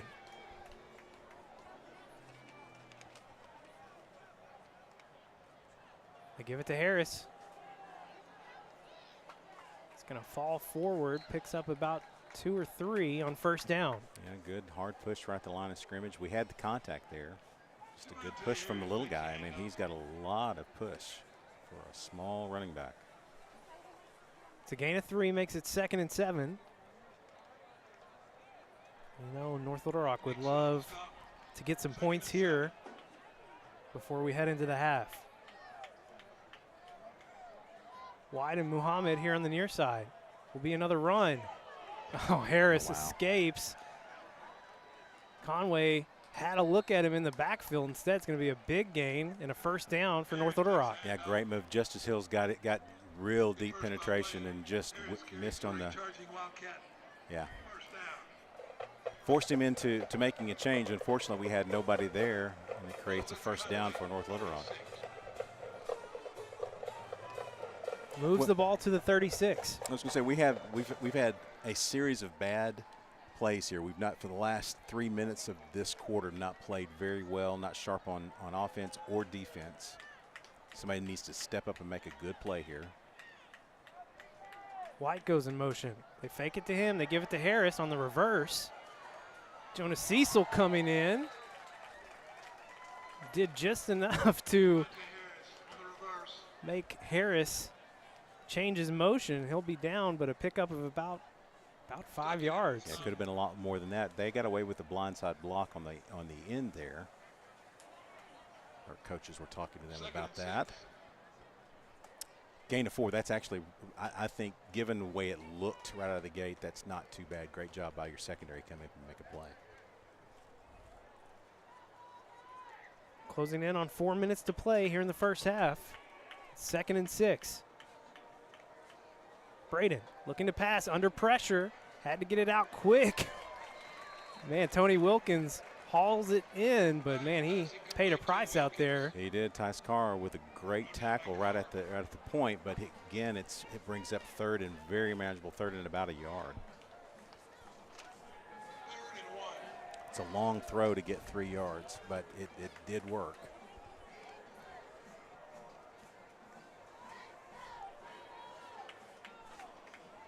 Yeah, 3rd and very short here. Harris lines up to Braden's right. Braden keeps it, gets the pass out, but it's incomplete on the far side. Yeah, that play was blown up from the very get-go. We got great penetration on the defensive front, and he just tried to flick it out to the wide out and wasn't even close.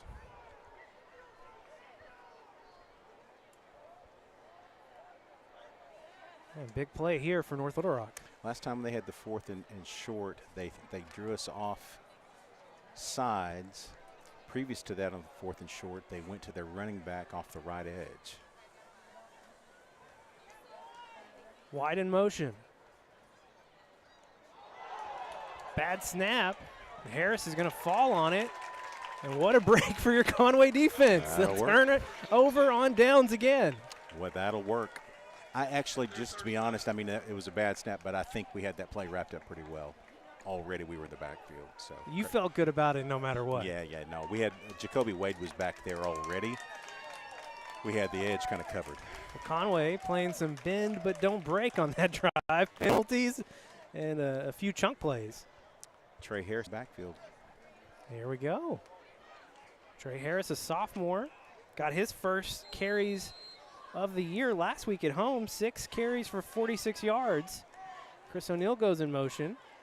Try to set up the screen to Harris. They do here on the near side. Harris flashing the speed, gets tripped up right before the 50. They'll mark him at the 49. That was going to be big trouble. The great shield block there that time by Isaiah Bowman, I believe it was 59 on the edge. Did not create, didn't hold, just got the space he needed at the line of scrimmage. 1st and 10. They give it to Dez. Dez here on the right side. Going to pick up about 4. And a North Little Rock defender stays on the ground. We'll go ahead and take a timeout as well. This is Conway football here on Conway Corp. From day one, Centennial has been there for the people of Conway, the people that teach us, protect us, guide us, and work to make Conway better every day. That's why we've donated over $5 million to local organizations and causes, and we have the same commitment to serving you for life's milestones and everyday moments. Centennial Bank, proud to call Conway and Faulkner County home. Looks like we might have a cramp issue or maybe a hamstring issue. To your point, it's a little warm for basically October. Yeah, no, I don't like it. Good deal. He's up, and they're going to get him off the field. That's That's good news. Delcari Davis. Yep. Well, and that's actually, if it's a cramp, which actually you got to hope that it is. I mean, he was right at the point of contact, and when you got Des Davidson out there, and you stay down on the ground as a defender, yeah, there I could mean, be a lot listen, with that. Yeah. No shame there. 251. So it was a gain of, let's call it 4? Yeah. So it's going to be 2nd and 6. They'll start the clock back up because it was a run.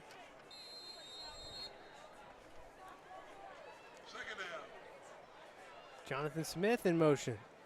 They give it to Dez. Dez working the left side right behind Mason McEwen, and he's going to have a first down. Nice push right at the line of gain. Dez making that last couple of yards on his own. Nicely done. 2:42 left. 1st and 10 at the 40. Conway with all 3 timeouts. Donnie going to be flushed way out to the far side. Unloading and just trying to get Jackson Anderson coming back to it. Yeah, they were working back. It's a great job, by the way, and I will tell you, I've just been so impressed. They have blitzed almost every drop back for Donnie. They've sent one of the linebackers, the really fast, speedy guys. They're not real big linebackers, but Des Davidson has picked them up almost every time, and that was a fantastic block to give Donnie just room to even scramble there.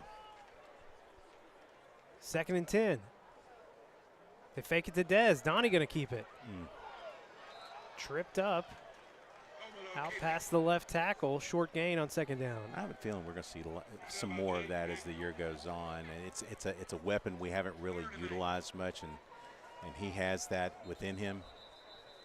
Yeah, just 18 carries so far in the year. Do we have another North Little Rock defender? Yeah, down out on the far side near the 35. Looks like another cramp. We'll go ahead and keep it here. Keith, you want to bring up that 7A Central graphic since we got a moment? Check in, see if I can get us an update on some scores. Well, here I can give you that. It's Conway 24, North Little Rock 0 with 2:13 left in the first half. I like it. Over in Bryant in the 2nd quarter, the Hornets up 14-0 on Jonesboro. Cabot, last score update we have from them in the 1st quarter, which I doubt it's still in the 1st quarter, but 14-0 up over Southwest, and we don't have a score yet from Northside and Central, though. I'm sure we could pull that up on YouTube and get a check on that. I can do that.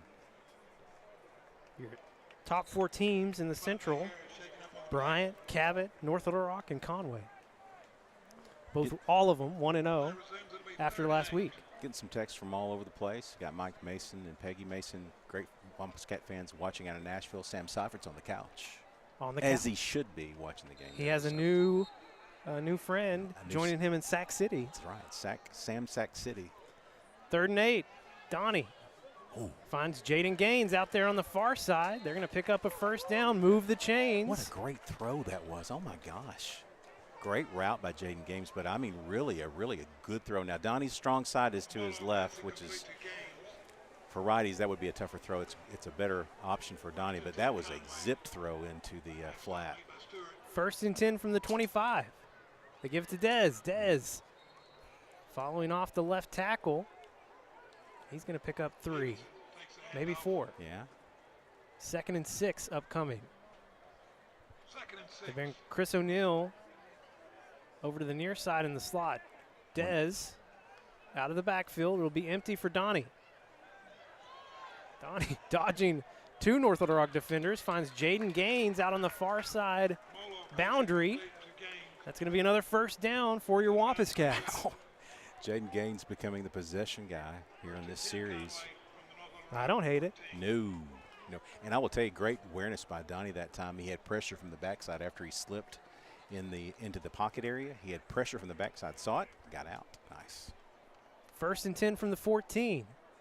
Dez to Donnie's left. They give it to him right up the middle, falling forward inside the 10, all the way down to the 7.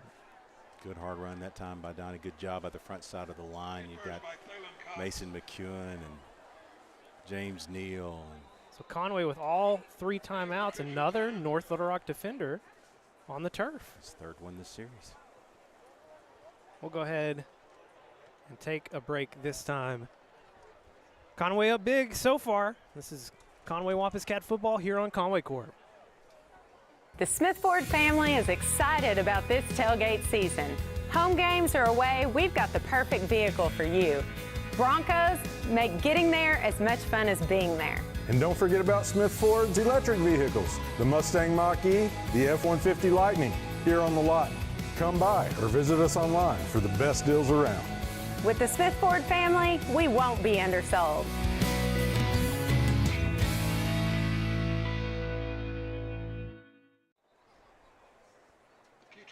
Back live here in North Little Rock. Tim Roach, you got an update on that north side score? I do. Looks like it's at half now. North side 7, Central 6. Man, that is a game to watch. That was the most interesting game, besides this one, of course. No wins on either side on that. Somebody's going to win a ball game. Somebody has to win. They give it to Dez. Dez just looked like a pinball bouncing off defenders. Close. I don't know that Looks he got like there. he's a little short. Marked at the 4, so a yard short. Is that 3rd down? No, they give it to him. First and goal from the 4. All right. 1 minute to go. He throwing in an H-back. They give it to Dez, but, man, nowhere to go. Wrapped up quickly. Davis back Davis, in. back in now. That was backside. That's one of those backside deals. And Conway going to call a timeout here. We'll go ahead and keep it here. So they bring in the big set. Nothing working there. Yeah, no, and that's been the story on that particular offensive scheme. It just hasn't worked yet. We put more people on the line of scrimmage, bring in a tight end on one side, got Heath Owen on this side, and they're still getting backside pressure. They're putting a lot of hats in the box. We haven't thrown out of that, but I have a feeling that Mark Kelly's got some sort of pass wizardry that he could run out of that set. We just haven't shown it yet, and they've been teeing off on the run. Well, last look I've had at it, Conway's passed for 169, but only 35 yards on the ground so far. See, it seems like a lot more than that. Maybe it's just because Dez is having some good success in some parts of these drives, but then you lose 3 yards. 3 yards right there, yeah. Well, they keep the bigger set out there. Heath Owen. Is that Heath out on the far side? I can't see.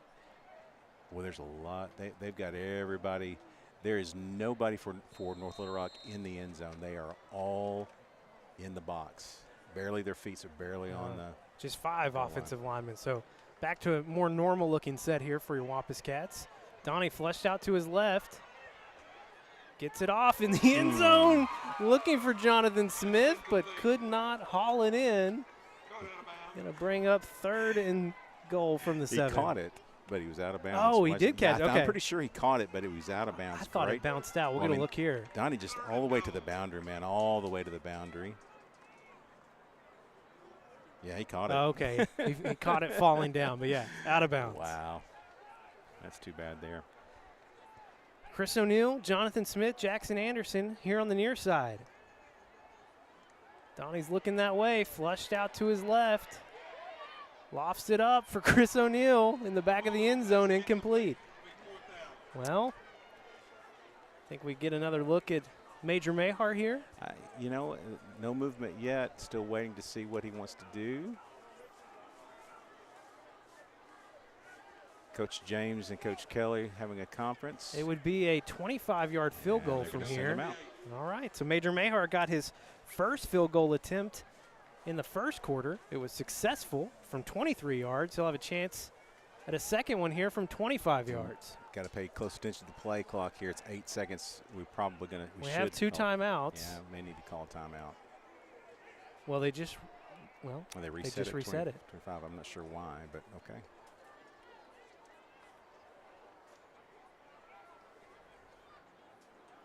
A 25-yard attempt from Major Mahar. Nice. Kick is up and good. Second field goal made here tonight for Major Mahar. Conway up 27-0. 34 seconds to play when we come back on Conway Corp.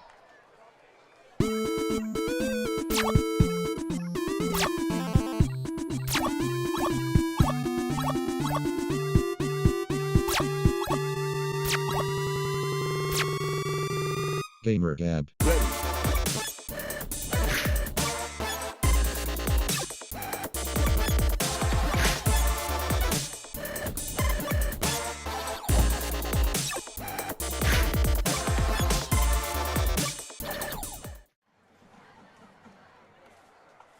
Well, all Conway here in the first half, just 34 seconds to go, and Wampus Cats up 27-0. I feel bad to feel disappointed, but I do kind of, because here's the thing. We've shot ourselves in the foot a couple of times down in the red zone and came away. I love the fact that Major Mahar is getting the kicks and he's knocking them through and they're looking really good. So, yes, on that. However, that's two red zone entries that we've come away with 6 points rather than 14, and that's very un-Conway-like. They kick it. A little line drive. North Little Rock lucky to fall on it. They had trouble securing it, but it is secured by Caden Pettis here on the near side. Almost danger for the charging Wildcats. They've got the ball with 33 seconds to play and 2 timeouts. What do you do? Man, I tell you, if it's me, I just go into the house. I mean, you've already thrown 2 interceptions. Yeah, I mean, you throw a deep ball. I mean, you got to be seeing Jacoby Wade in your nightmares. I mean, you got to be thinking, okay, where's 5? Where's 5? But at the same time, I mean, you'd like to get to the spot where you could at least try something. And they've got big play potential. I mean, and they've lived off big plays so far this season. I just think this is a dangerous spot for that. They bring Muhammad in motion. They'll hand it off to him. It's going to be a short gain on first down. Well, maybe about 4 or 5, but no real rush here from North Little Rock. I think it's going to be exactly what you said. Yeah, they're already walking off. Man, oh man. Well, some missed opportunities, like you said, but overall, 27 points put up by your Conway Wampus Cats here in the first half. And 0 for your defense. So, I mean, as some of what you don't feel great about in the red zone for the last 2 opportunities, or 2 of the last 3 opportunities, you got to feel great about the defense. And Conway going to get the ball to start the second half. Nice. All right, time now for the Conway Regional Health System halftime show here on Conway Corp.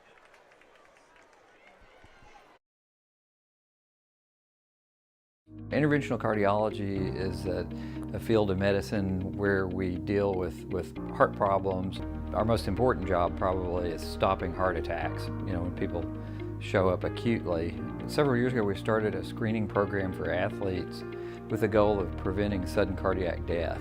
And there are certain things that we can screen for to try to prevent that. Identify those people early, fix problems that can be fixed, and potentially keep athletes from having unnecessary, bad outcomes. Receiving a cardiovascular diagnosis quite often does not mean the end of the career. It may mean some changes in particular sport they participate in. It may mean that they need certain medications or a little bit closer monitoring. But we do everything we can to make sure that there's some way for an athlete to continue to participate in something they enjoy. Well, the key is exercise. Ideally, we want 30 minutes of some kind of high-intensity exercise 5 days a week. Studies show that there's actually up to a 30% reduction in mortality if they do that lifelong.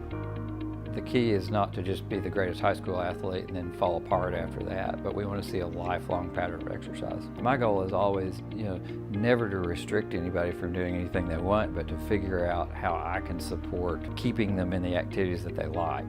Conway Regional is unique in that we've got a great mix of high-tech capabilities, but we still have a staff and really a culture that is hometown. You know, everybody who's working there is somebody's cousin or neighbor or goes to church with them.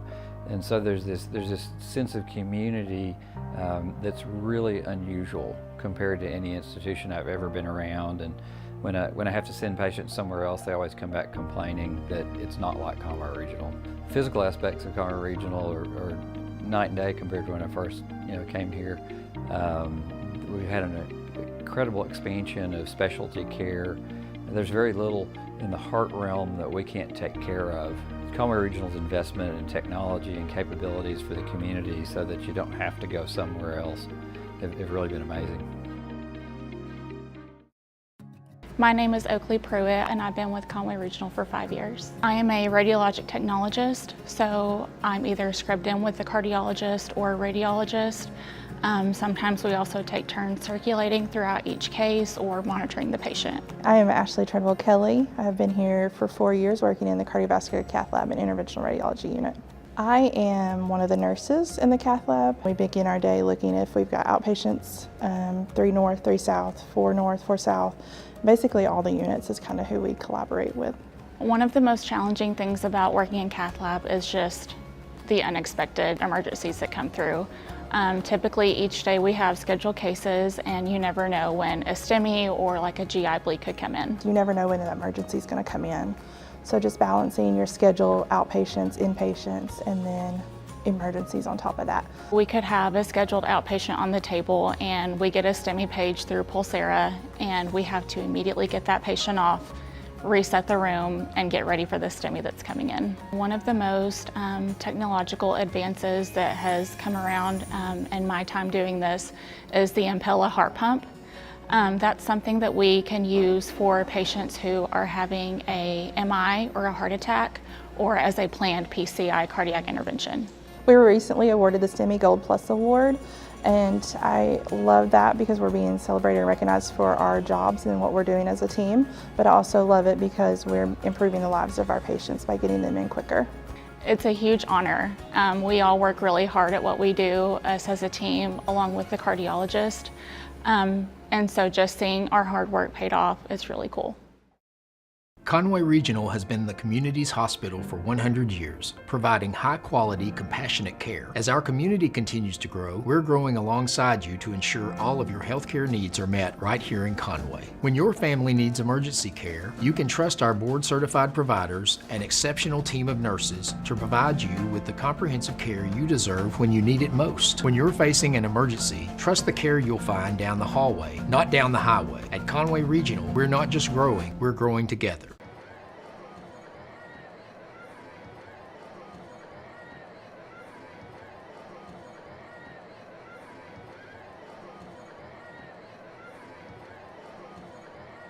I imagine a lot of people may be tuning in now for the first time. Yeah, and welcome if you are. This is a good looking set.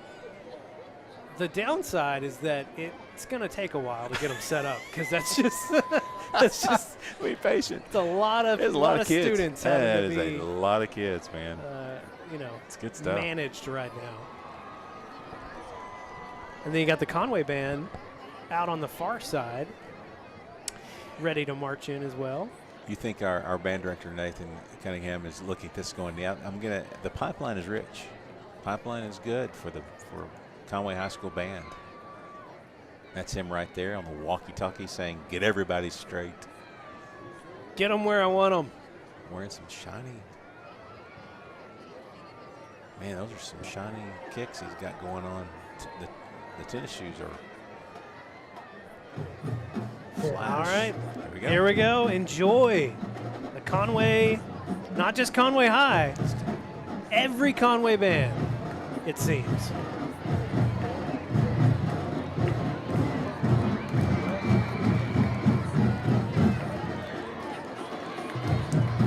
Good evening, welcome here to Jazz. It's Last Band Night at Conway College Stadium, brought to you by Conway Corporation. Let's give these students a round of applause.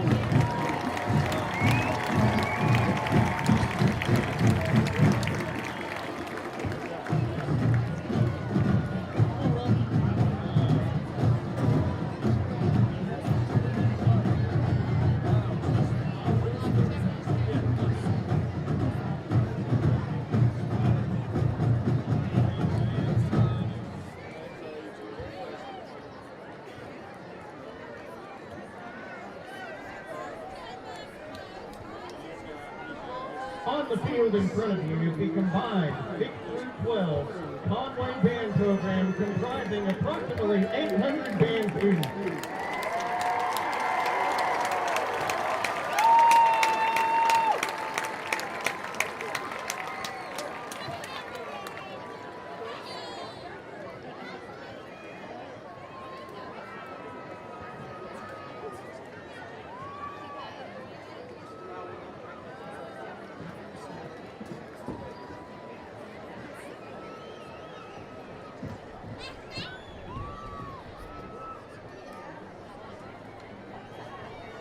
Tonight, we will be performing High Hopes by Panic at the Disco. Give it up for the Conway Public Schools band program.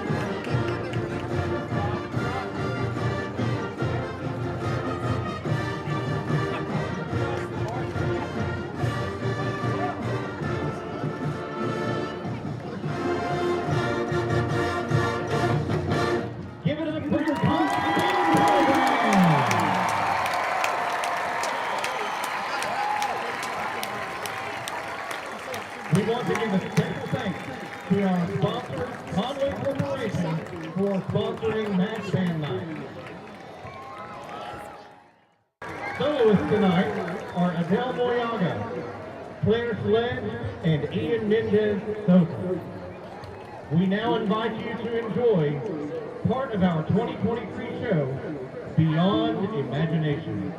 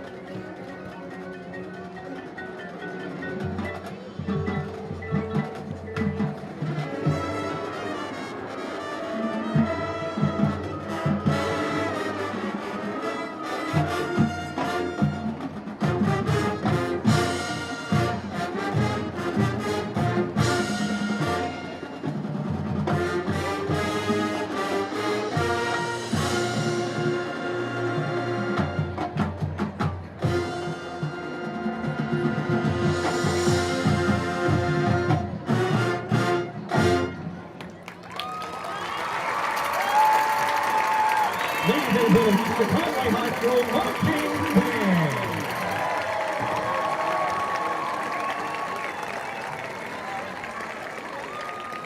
Let's give it up for all of our Conway Public Schools band students on Match Band Night. Gamer Gab. Go. Welcome back to Gamer Gab, guys. We have got a very special guest on the show today.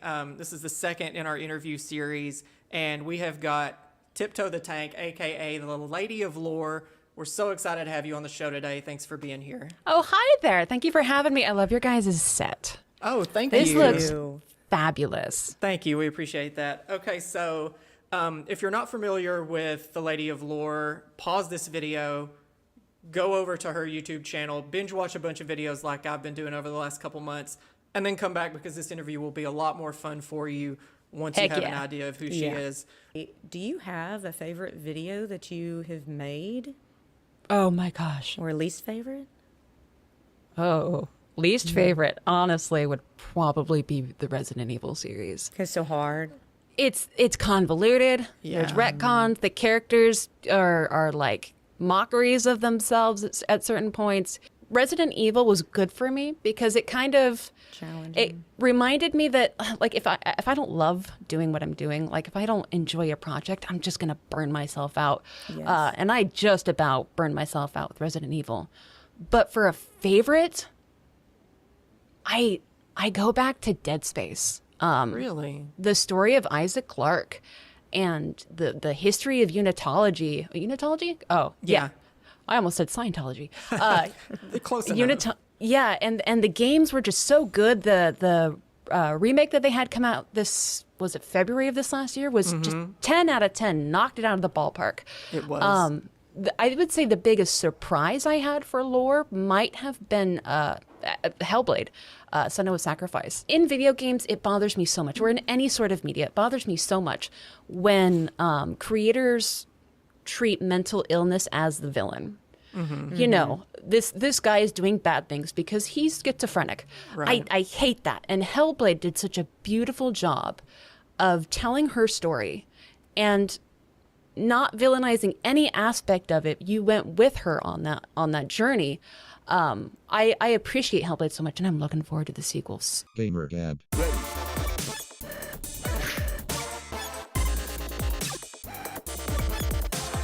Go.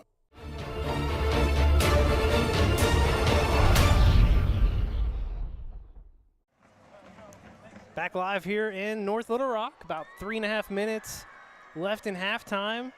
Band already off the field, so I doubt they'll add any more time, but you never know. They might add a little bit more time onto the clock. Still no players from either side back out. Let's go ahead and take a look at our first half stats. And on the scoreboard, you like what has happened for your Wampus Cats. 27-0 here at the half. And your defense has played really well, limited North Little Rock to just 27 yards on the ground, 46 in the air, 2 interceptions. But I sense some frustration from you, Tim Roach, in just the stalled drives down in the red zone, having to settle for field goals, which, again, it's great to see Major Mahar knocking 2 in, his first 2 on the year.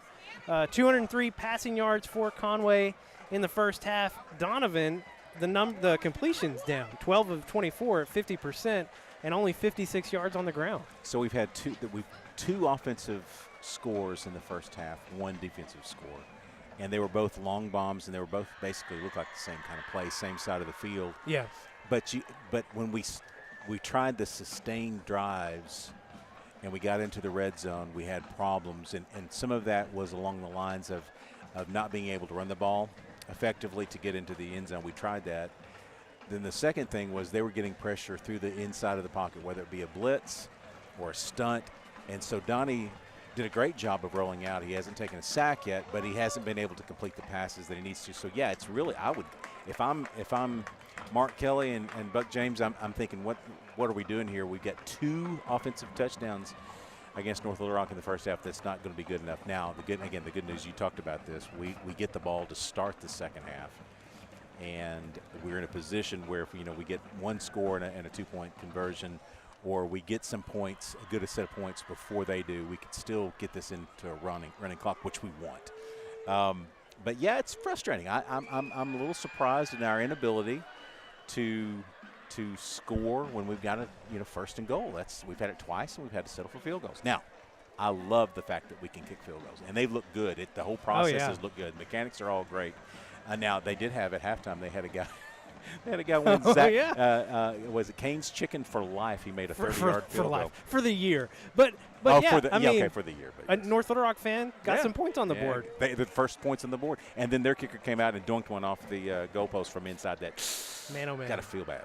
Yeah, North Little Rock shut out in the first half, and but yeah, a little bit of frustration with offense not being able to capitalize in the red zone. So I understand it. That's a coachable thing. And, the thing about it is that we talked about this even with Buck James, but also in our prep for this week, is that, what would it be like if we did not necessarily play up to the standards that we're used to? What would that look like? Well, offensively, what it looks like is 27 points, a couple field goals when maybe you would have gotten touchdowns.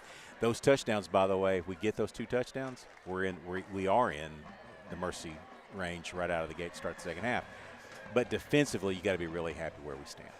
Let's go ahead and look at that 7A Central graphic here as well. Some interesting scores happening around the 7A Central. At the half, the last score we've seen between Jonesboro and Bryant on top, 21-14. That's so bizarre. That can't be right, but okay. You see, I sense the hesitation from you. Last score we saw at Cabot was Cabot up 14-0 on Southwest. We can look that up on YouTube as well, get an update there. Yep. And then you said Central and Northside, it was 7-6 at half. Northside. With Northside. Yeah, 7-6 at the half with Northside, and both of those teams winless. Yeah, 0-4 for both of those teams. So somebody going to get up in the win column tonight. And does it look like either one of them won it, though? I'm not going to lie. I'm kind of pulling for Central. I am too. So be it. And then, hey, check these scores out. Bentonville and Southside at Bentonville, 34-21 at the half.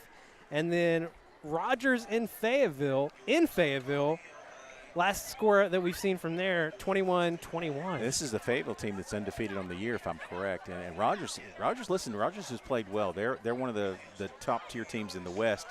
But that's an interesting score. That's at Fayetteville. Wow. Yeah. I'll check on the Cabot stuff here in a second. Yeah, I'm interested in all these scores tonight, but we'll try and keep an eye on the game up in Fort Smith because Northside and Central locked in a close one. Both teams 0-4. One of them gonna get that figured out. Your Wampus Cats set to receive as we open the second half, barring any funny business from North Little Rock. You always got to be on the lookout for that. Well, they're going to be looking for. They've done a lot of different things on the offensive side to try to figure out a pathway to get some freedom. They've done some jet sweeps. They've done some reverses. What we've done a great job of is closing both sides of the pocket in on Braden and not allowing him to be comfortable at all throwing the ball. I don't care if it's in the flat, if it's deep, if it's just a swing pass. He's just not comfortable, and that's the way you got to like it. It's definitely the way we like it. Yes. Yeah, North Little Rock held off the board in the first half and held under 100 yards of total offense in the first half as well. 73 yards total offense, I believe, is what it ended up being. So 46 yards passing, 27. That's pretty good. Yeah. That's pretty good. I don't care who you are. You're keeping North Little Rock to 73 yards total offense. Well, and it's at least 6 straight quarters. I'm trying to remember. I think Ouachita Parish scored in the fourth quarter of that game, but so it's been at least 6 consecutive scoreless quarters for your Conway defense. I thought it was the third. Yeah, maybe it was the fourth quarter. You're probably right, Levi. The Cabot game I can't get a good read on, so my apologies. Well, all right, but we do start with the ball. It looks like we've got Trez Hammond and Tice Carr, as well as Chris O'Neill. Yes, a trio of speedsters out there. And on the second line, you've got some, boy, I mean, you're talking about some speed.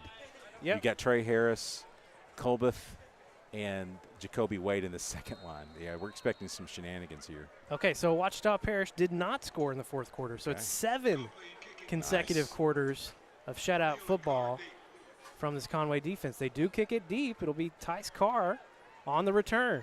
No, Chris O'Neill. Chris bringing it near side. Flashing the speed. Tice Carr with the seal block. And Chris O'Neill returns the opening kickoff of the second half for a touchdown. Start the game with Chris O'Neill. Start the second half with Chris O'Neill. It's all about touchdowns. This guy's unbelievable. What speed to the outside edge. I mean, my goodness. Well, what are you going to do? You put your 3 fastest players back there, Trez Hammond, Tice Carr, and Chris O'Neill. Pick your poison. Pick one. Well, I don't pick Chris O'Neill, I can tell you that. Yeah. That's who I don't pick. Now, so now we're up 33. We will be going for 2, it looks like. Offense is going back out on the field. All right, Mark Kelly, what's your favorite 2-yard play? Well, we haven't been successful in the red zone tonight, so this would be a good time to get it. Des Davidson in the backfield. They have trips to the far side. Jackson Anderson here on the near side. Jonathan Smith in motion. Donnie, design rollout to his left. Oh, just in and out of the fingertips of Jonathan Smith. So 33 to nothing will be the score. No rolling clock just yet. Yeah, no. Let's go back to that kickoff return, though. What a gut punch that is for North Little Rock. I mean, you're not necessarily in great position in the ball game. You kick it off and you kick it deep to Chris O'Neill, and he just takes it to the house. I mean, he got the edge, came to the right side. Great blocking by the special teams there. And when we got to the edge here, watch this. I mean, this is some speed. James had no chance. Good little nudge here by. The only person that could have maybe caught him, Tice Carr cut him off. Yeah, that was Tice. Got him spotted out. Just looking to find the end zone there. Great job, Chris O'Neill. Love the speed. That's his second touchdown return kickoff return for a touchdown, career-wise, right? He got one at Cabot. That's correct. Yeah. No, against Cabot. At home. At home against Cabot, and then that was, I guess, what? 2 years ago. 2 years. His sophomore year. Yeah. Yeah. Well, and I think he had a punt return last year. To go back and check. Chris O'Neill's had so many touchdowns, it's hard to keep up. It is hard indeed. James on the return here for North Little Rock. Going to be stopped just past the 20. And this defense, who, as we've said, they've had 7 consecutive quarters of shutout football. If they can get another stop here, get that ball back to your offense. It'll be hard to score from here on out. But here's the thing. Special teams there, again, great stop at about the 23-yard line, 24-yard line. If I had to give you, other than Noah Files, who else do you think would make the tackle there? Let me just go ahead and tell you. Ben Chandler was stopped him in his tracks. Great job there, Ben. North Little Rock will start this drive at the 24. Braden fakes it. Quick pass. I was looking for Tony Wilkins, but I don't know. There was some miscommunication there. You had Muhammad and White flashing into the flat, and then you'd had one receiver going deep, but it wasn't anywhere close. So a little miscommunication there. Makes it 2nd and 10.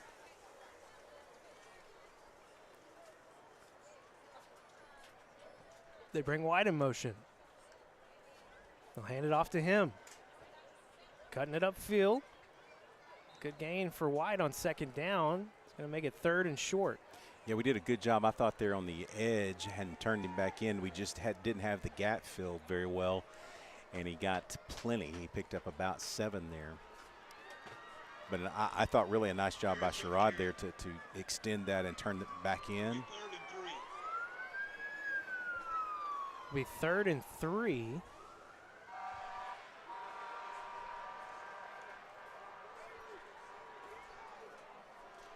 Some kind of emergency vehicle passes behind us.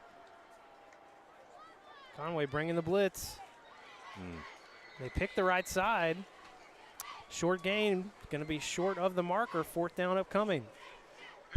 Well, you're in the the worst possible spot here. It's 4th and a long one, and you're at your own 32. That's 4th and a healthy 2. Yeah, it's actually more than like 2. Yeah. But let's see. I'm not sure what they've got going on. Okay, here comes the punter. Yeah, I was wondering. Jacoby Wade back to receive. Don't jump. And well, we have had a punt, a fake punt, yeah. against us back at down at a Ouachita. Brought the house on that one. Jacoby Wade calls for the fair catch, takes a Conway bounce, and Muhammad makes contact right near the 50. They'll mark it at the 49. If he doesn't catch that at the 50, it literally could come back all the way to the line of scrimmage. I mean, it was making a beeline to the Conway side of the house. Well, listen, if you're the Wampus Cats here, you don't even need 6. Just give me a field goal. I mean, now. But if you get down in the red zone, you want 6. Come on now. Yeah, you want 6. I'd love to see us get to the point where we can roll the clock and get out of here, hopefully healthy, and get some other folks a chance to play. But I really would like a touchdown inside the red zone. Caden Henderson back on this drive. Set up the screen to him out on the far side. Caden gets past the 45. It's going to be about 3rd and 3. Second and 3. Well, let's take it one down at a time, Levi. I know. It's ridiculous. Great catch that time, though. Caden had to juggle it, but kept his concentration and made the catch. It was an 8-yard gain, 2nd and 2. Nice. Flag coming in quickly. Chris O'Neill is going to have the first down, pending the flag. Ball comes out. He fumbled it. Was he down? They're going to say he was not. So the call is going to be a fumble from Chris O'Neill. And North Little Rock recovers. And you assume the penalty was going to be against the Wampus Cats, so yeah, they will, of course, decline that. Well, let's see what the call is. I guess it was illegal formation on the offense. Yeah, Keith, do we have that? Do we have that replay? I'd like to see. Well, I don't know if at some point we may not have time, to do but it quickly here. Yeah.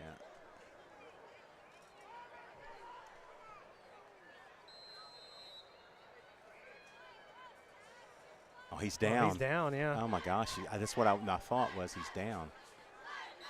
Well, man, oh, man. That's unfortunate because he was definitely down. First down run is going to get nothing here. 2nd and 10 upcoming, yeah. Sure enough. Yeah, he was we'll look at it again. Down. So when his forearm with the possession of the ball hits the ground, it then pops out, and that's just a missed call. His knee was down. Yeah, it's a missed call all the way around. Loss of 1. It's going to be 2nd and 11. Empty for Braden. Looking here on the near side. Gets it out quick. Connects with White.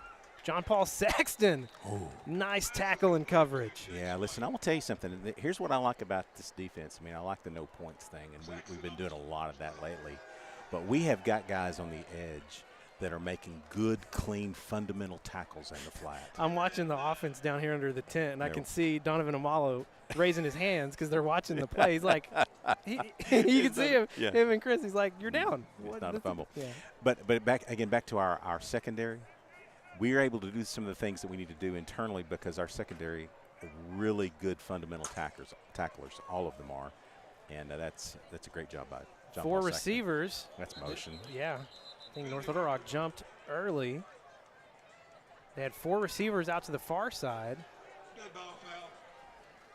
They're going to add more to it. It's going to be 3rd and 14 coming up for North Little Rock.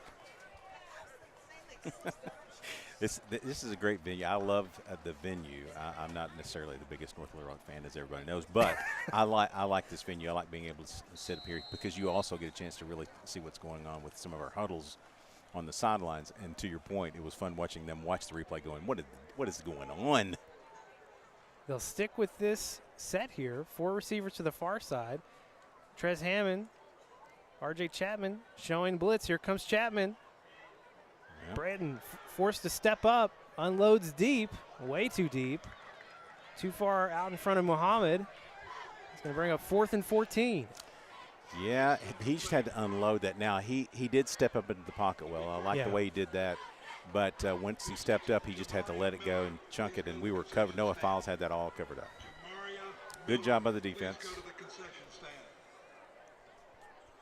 We'll bring on Copley again. He has had a lot of action tonight, punting the ball for North Little Rock. Jacoby Wade set up back near the 45. Hasn't had a chance to return one yet. Punt is up.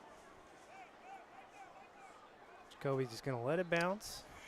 He thought about it, but thought better of it. Yeah, the thing about it is that even if you get that and you make a few yards off of it, then you got to come over and talk to the coach about why you did that and why it was worth those 5 or 6 yards. So ball will be spotted at the 32, and that's where this Wampus Cat drive will begin. And coming in is Wesley Tapp. Right. Sophomore quarterback. He's going to play with the ones here. The offensive line are the ones. The receivers are the ones. We still haven't seen Derek Haynes tonight. Yeah. At right guard. We have seen Q Whitehead, but Colin Croft has been holding it down Doing at a good right job guard. out there. Yeah, doing a good job. So it'll be Wesley Tapp and Caden Henderson in the backfield.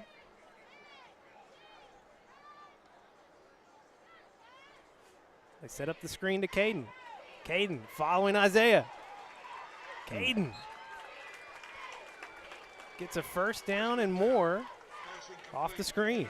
What a great call by Mark Kelly there. Good throw. Perfect call for that, for their defense there.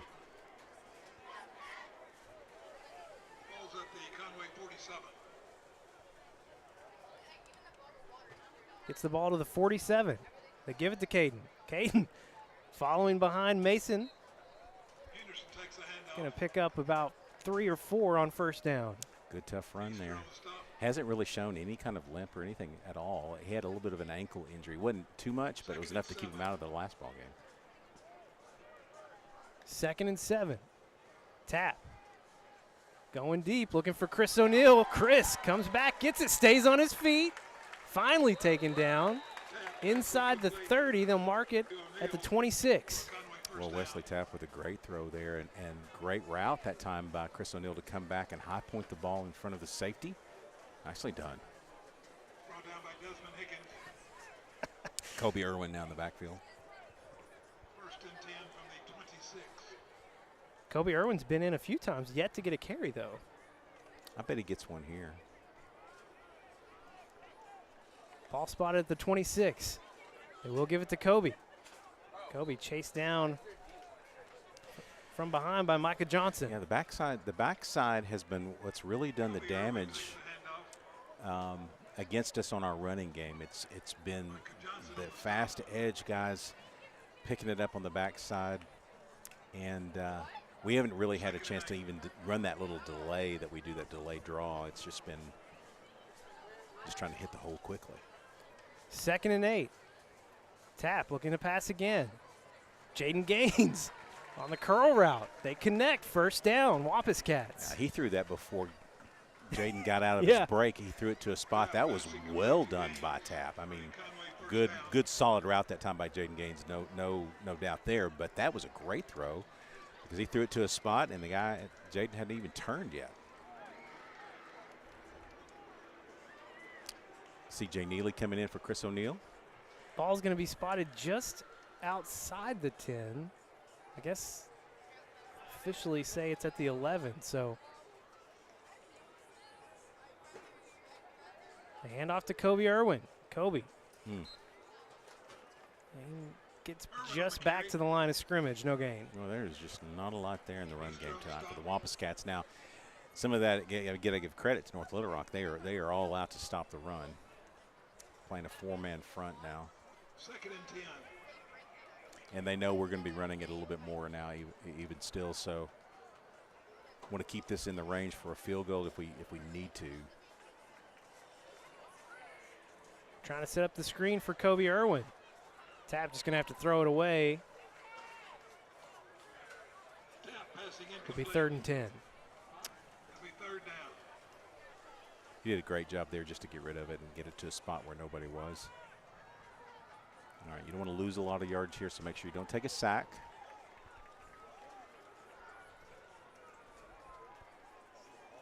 It has been a quiet second half so far.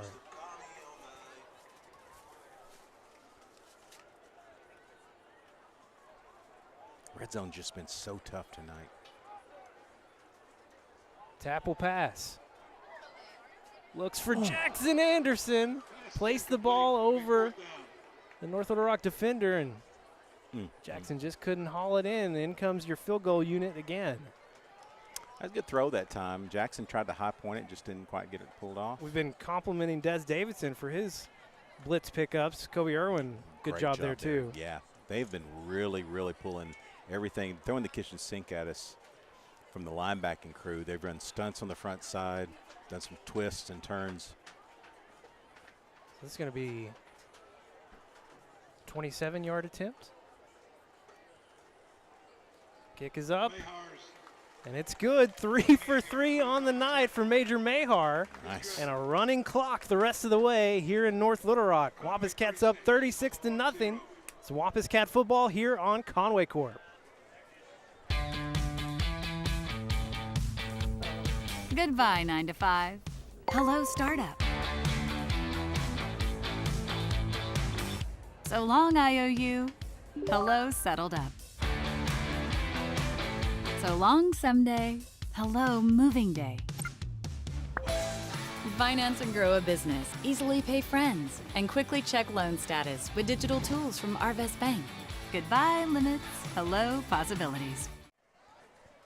Well, it took a few more possessions than we wanted, but your Wampus Cats finally eclipsed that 35-point mark, 36-0. And for the third straight year against North Little Rock, Conway invoking the sportsmanship rule. It's got to feel good for all the Wampus Cat fans out there. I mean, that's 10 years. Now, they didn't play all 10 of those years because there was some weird nonsense, but I'm going to say 6A, 7A nonsense that happened. Don't talk down to me. 10 years but there. Yes, 10 years. 10 years since we had last beat them. That's right. In 2011 until 2 years ago. And man, it's felt really good. I got to tell you. It's felt really good. It really has. Hey, and on the leg of Major Mahar, I mean, my gosh, who would have thought that coming in? Yeah, no field goal attempts all year, and then he gets 3 tonight, each one a little bit longer. Zion Williams causing problems on the kickoff team. That's a big fella out there on kickoff coverage. He wanted some of that. That was nice. Great job. All right, we got some new names out there, it looks like. Watkins is out there. Sherrod's still out there. Keith Kelly pointed out 2 years ago, and I saw this when I was looking back in my notes today too. It was your first ever rain game. Was 2 years ago here in North Little Rock. It was a light rain, not super heavy, but didn't matter for your Wampus Cats. Carter Stapleton out there. Braden passing quickly. Great. Connects with White. Who made that tackle? I'm trying to see who this is getting up. Ryan Talent again. Yeah, Ryan Talent. Nicely done. Jonas Cecil out there as well. That Tice Carr.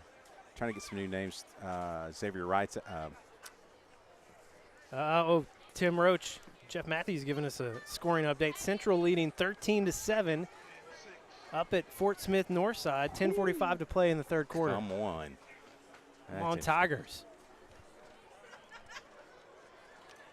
They hand it off to Tony Wilkins on the jet sweep. He's going to have a first down. Yeah, I'm trying to see who that was on the tackle. It was a really good tackle from the backside. Kyler Smith in now, coming in to spell Ty's Kern. card. Caleb Kern. Yeah, Kern was the one that made the tackle. Really good tackle from the backside. Caleb Kern had a fumble recovery last week for your Wampus Cats. Braden having to step up. Lobbing it over the middle. Muhammad couldn't haul it in. It's going to be 2nd and 10. You get in that spot of the field right there. I mean, Carter Stapleton was going to come up and clean it up anyway, but that's a hard spot to catch it. I mean, you're literally, where the safety has got you in his sights. Little footsteps, turned a little too quickly. Who else do we have out there? We got Noah Talent's Ward back in. Noah Ward's out here on the near side. Playing corner? Mm-hmm. Yeah, 21. Confusing me a little bit because that used to be Trez Hammond's number. Is that Jackie Nesbitt out there? 48. Thought I saw him in the safety position. Juju Jones in at defensive tackle.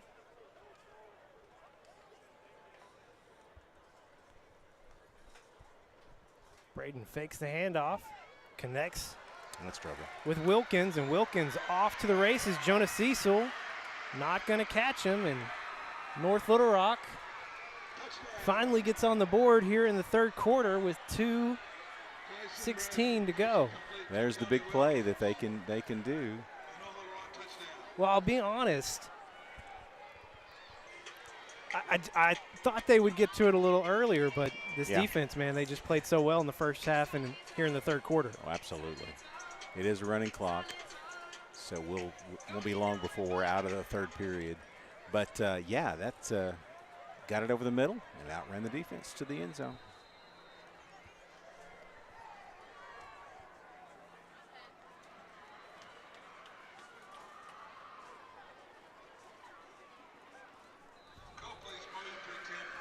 Kick is up and good, 36-7. North Little Rock cutting into the lead.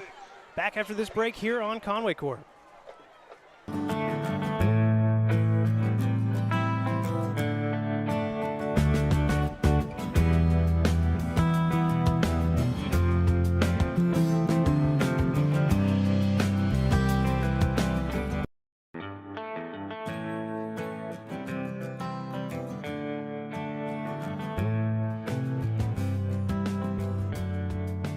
Thank you for your business.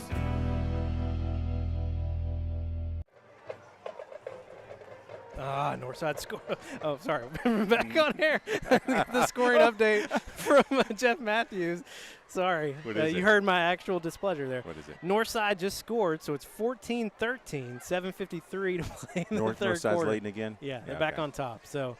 And I got a score from Trevor Seifert. It's 35-14 Bryant now. Okay, so Bryant turned it back on, eh? Yeah, that's typical of Bryant. Well, we got a lot of folks texting and watching. You got Joe Harrison and Randy. Of course, my 2 of your Axiom folks. They're wanting to know about some training, by the way. I'll talk to you about that on the ride home. Well, okay. Well, do my best to Daryl assist. Walsh from UCA is watching. He's one of the athletic directors for the Bears. Good to see him watching. My daughter May May is watching tonight. Mayday. Yeah, she is. Mayday back in Central Arkansas. She is. She'd better be cleaning her room that she left behind is what she should be doing. I'm not to that stage of life yet. Well, we have a lot of folks watching this game, and, man, it's been fun to watch. Tyce Carr with the chance here on the return. I like it. Going to get it down past the 30. And we're going to see Wesley Tapp again. I'll tell you what, he looked good. I mean, listen, he stood in the pocket a couple of times, took a couple of big hits. But the thing about it is, I mean, our quarterback, our regular quarterback, Donnie, is what, what's the specs on him? 6'2", 6'3", somewhere along in those lines? Something That's like what he's that. been listed around. Listed as. But Tap is, I think he's around 6'4". I think he's 6'5". 6'5". So I think Heath Owen, not Heath Owen, Matt Owen. Or no, why am I blanking on the name here? Max Owen. Sorry, Owens. Max. Yeah. They're about the same spot, but he really has. I mean, he can see down the field. Good mechanics on his throws. I like it. Tap will hand off to Irwin. Irwin met by 2 North Little Rock defenders. And here's the thing: they were both. If I wait for him to get up, if he gets up, yeah, they're both. Well, that's the defensive lineman, 97. But they're blitzing and that's going to do it for the third quarter. Back with the final 8 minutes, or excuse me, not 8 minutes, 12 minutes. 12 minutes. I had basketball in my mind. Back with the final 12 minutes after this break on Conway Corp. When you choose First Security, banking is just the beginning. Here, we take care of each other, making the community we all share even stronger. So people in Arkansas can build a life, buy a home, run a business, and more. Strength in numbers and neighbors. It's another way First Security helps Arkansas bank better. And it's why you should call on us today. First Security, bank better. Well, every time we take a break, Northside scores a touchdown. I don't know what's what's going on there. The Northside leading 21-13 now with about 6 minutes to play in the third quarter. I want to go ahead and get an update on our final numbers for our offensive starters on the night. From Stats? From our man Stats back in Conway. Donovan Amalo finished 14 for 26 for 212 yards and 2 touchdowns. He's got 20 passing touchdowns. Now on the year, still just 1 interception. Tap, moving up.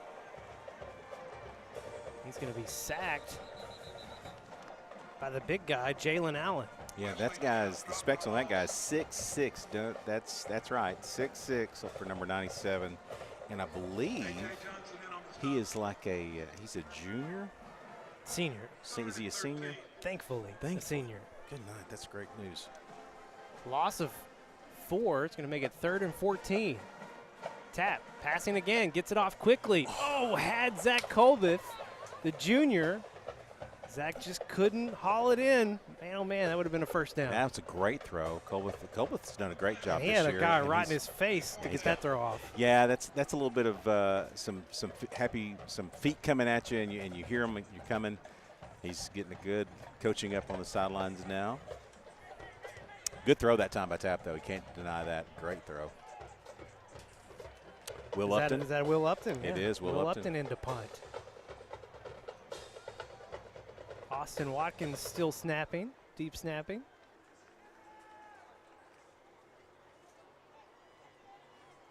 Good snap. A little bit of a shorter punt, but takes a nice Conway bounce. He's going to lock where that ends up. And look who got all the way down there. Can't believe it. Austin Watkins. I snap it, I touch it. Got the chance to talk to Austin. It was 2 weeks ago, right? He was our senior spotlight 2 weeks ago. James Neal Jr., left tackle, was our senior spotlight tonight. Coach Buck James has been taking care of his linemen so far. Well, he's an old offensive lineman. You can't blame him there. Well, and they've got a lot of seniors to go through, so I expect we'll see more as the season progresses. 10 minutes and counting. Wampus Cats up 36-7. Braden passing on first down. Carter Stapleton, well-timed hit, knocks it away. Yeah, that is a great break on the ball by Carter Stapleton right there. Ball was almost connected up. Great route that time by White, but just great close by Carter. Whit Williams, sophomore in at linebacker. Good-looking young player there. Kai Buchanan in on the defensive line as well. Is that Jonas Cecil? Yeah, Jonas Cecil still out there for Yeah. your Wampus Cats.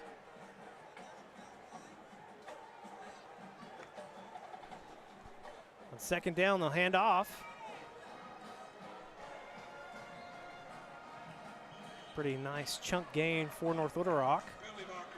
There's a flag. Justice Hills Looked like he made the tackle. Mm-hmm. Is that against your Wampus Cats, or are they going to wave it off? I can't. He's pointing. I like the direction he's pointing. Yeah.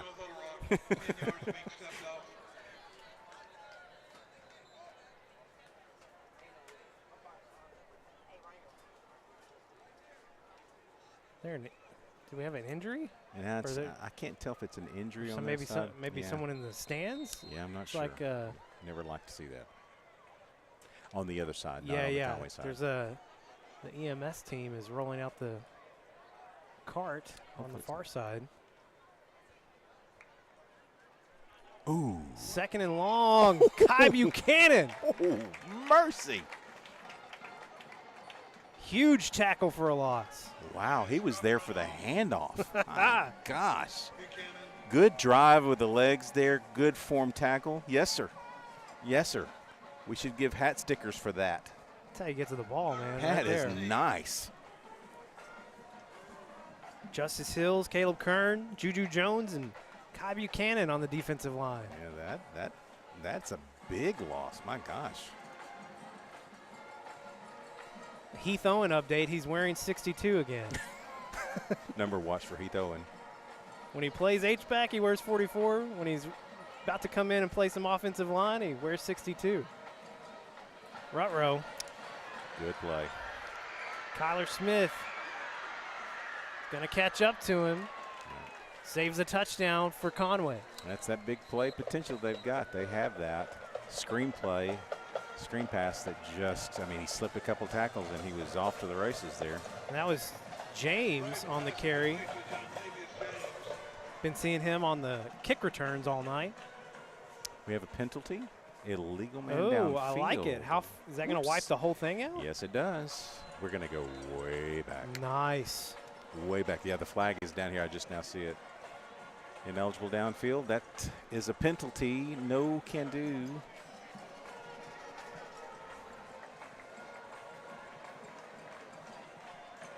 Man. What a oh, gosh. when you literally, you got to, I would like to see them measure that on the end of the play and say that penalty right there, that little 5-yard penalty, is worth about 80 yards. Wow. Wow.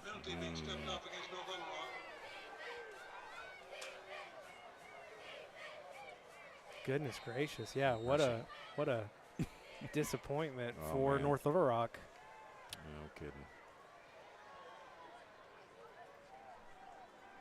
Ball's going to be spotted now all the way back near the 10.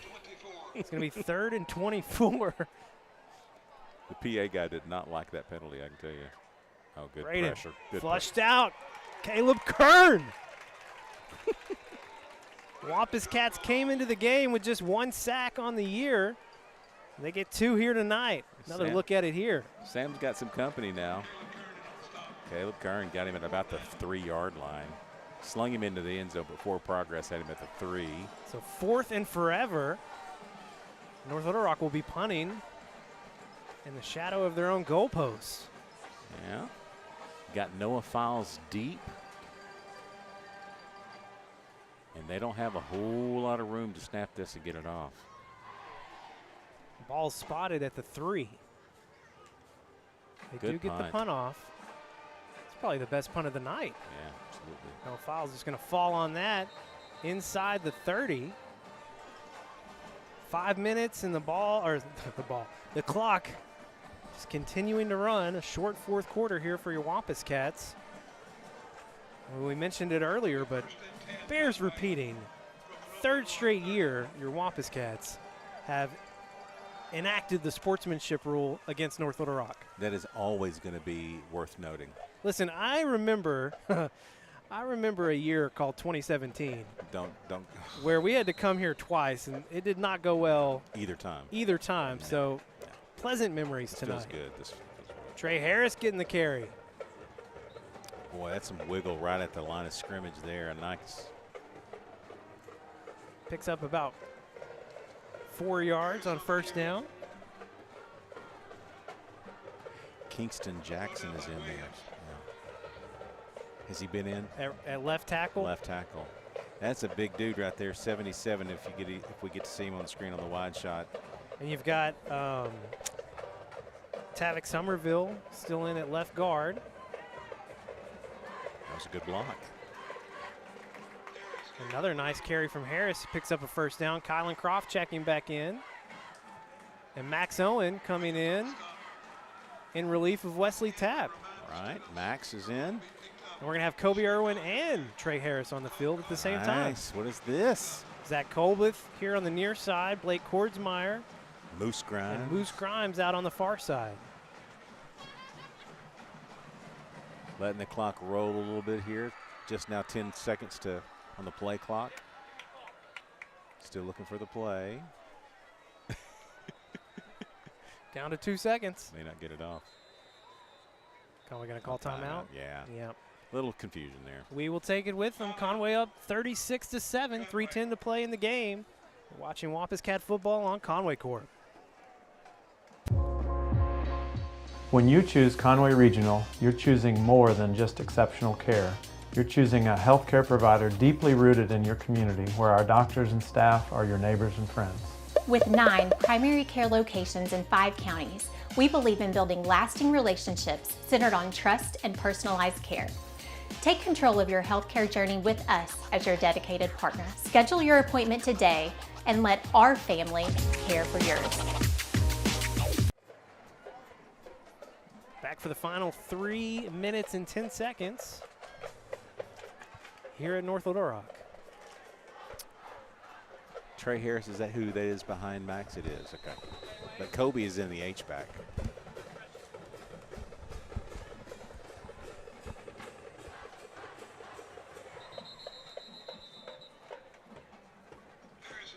Harris with another carry here. Not much going that time. No, not that time. Bradley Retzloff checks in at receiver. 82. In the slot on the far side. Kobe Irwin playing some H-back. And Harris in the backfield. And fake it to Harris. Max Owen looking in the end zone. Looking in the middle for Bradley Retzloff. I thought he was going for the end zone. Dude, that was they didn't get that deep. No, it was tight window there, and he threw it right in there. Difficult catch at best there. But he gave it a shot. We have like 18 people out there. Kordsmeyer was trying to check back in. He'll come back off. Kobe Irwin coming back off. C.J. Neely on the field in the slot. So it's Grimes, Retzloff, Neely, and Colbeth. Max Owen trying to set up the screen to Neely. They do. Neely moving upfield. Chased down from behind, but inside the 10, pretty close to the marker. Yeah, there's they're going to penalty. get us for illegal downfield.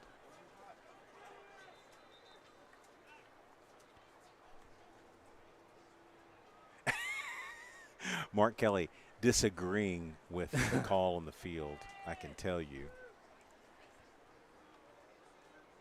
It's almost like he takes it personally against his offense. And I don't blame him now, so they're going to have a conversation about it.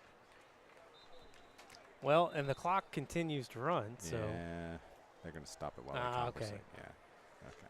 They're going to pick it up, or are they going to call it? Going to call it. Yeah. All right. We'll be against your Wampus Cats.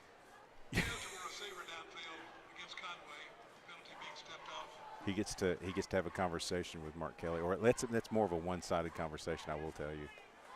All right, so Heath Owen is in at center. What? Yeah.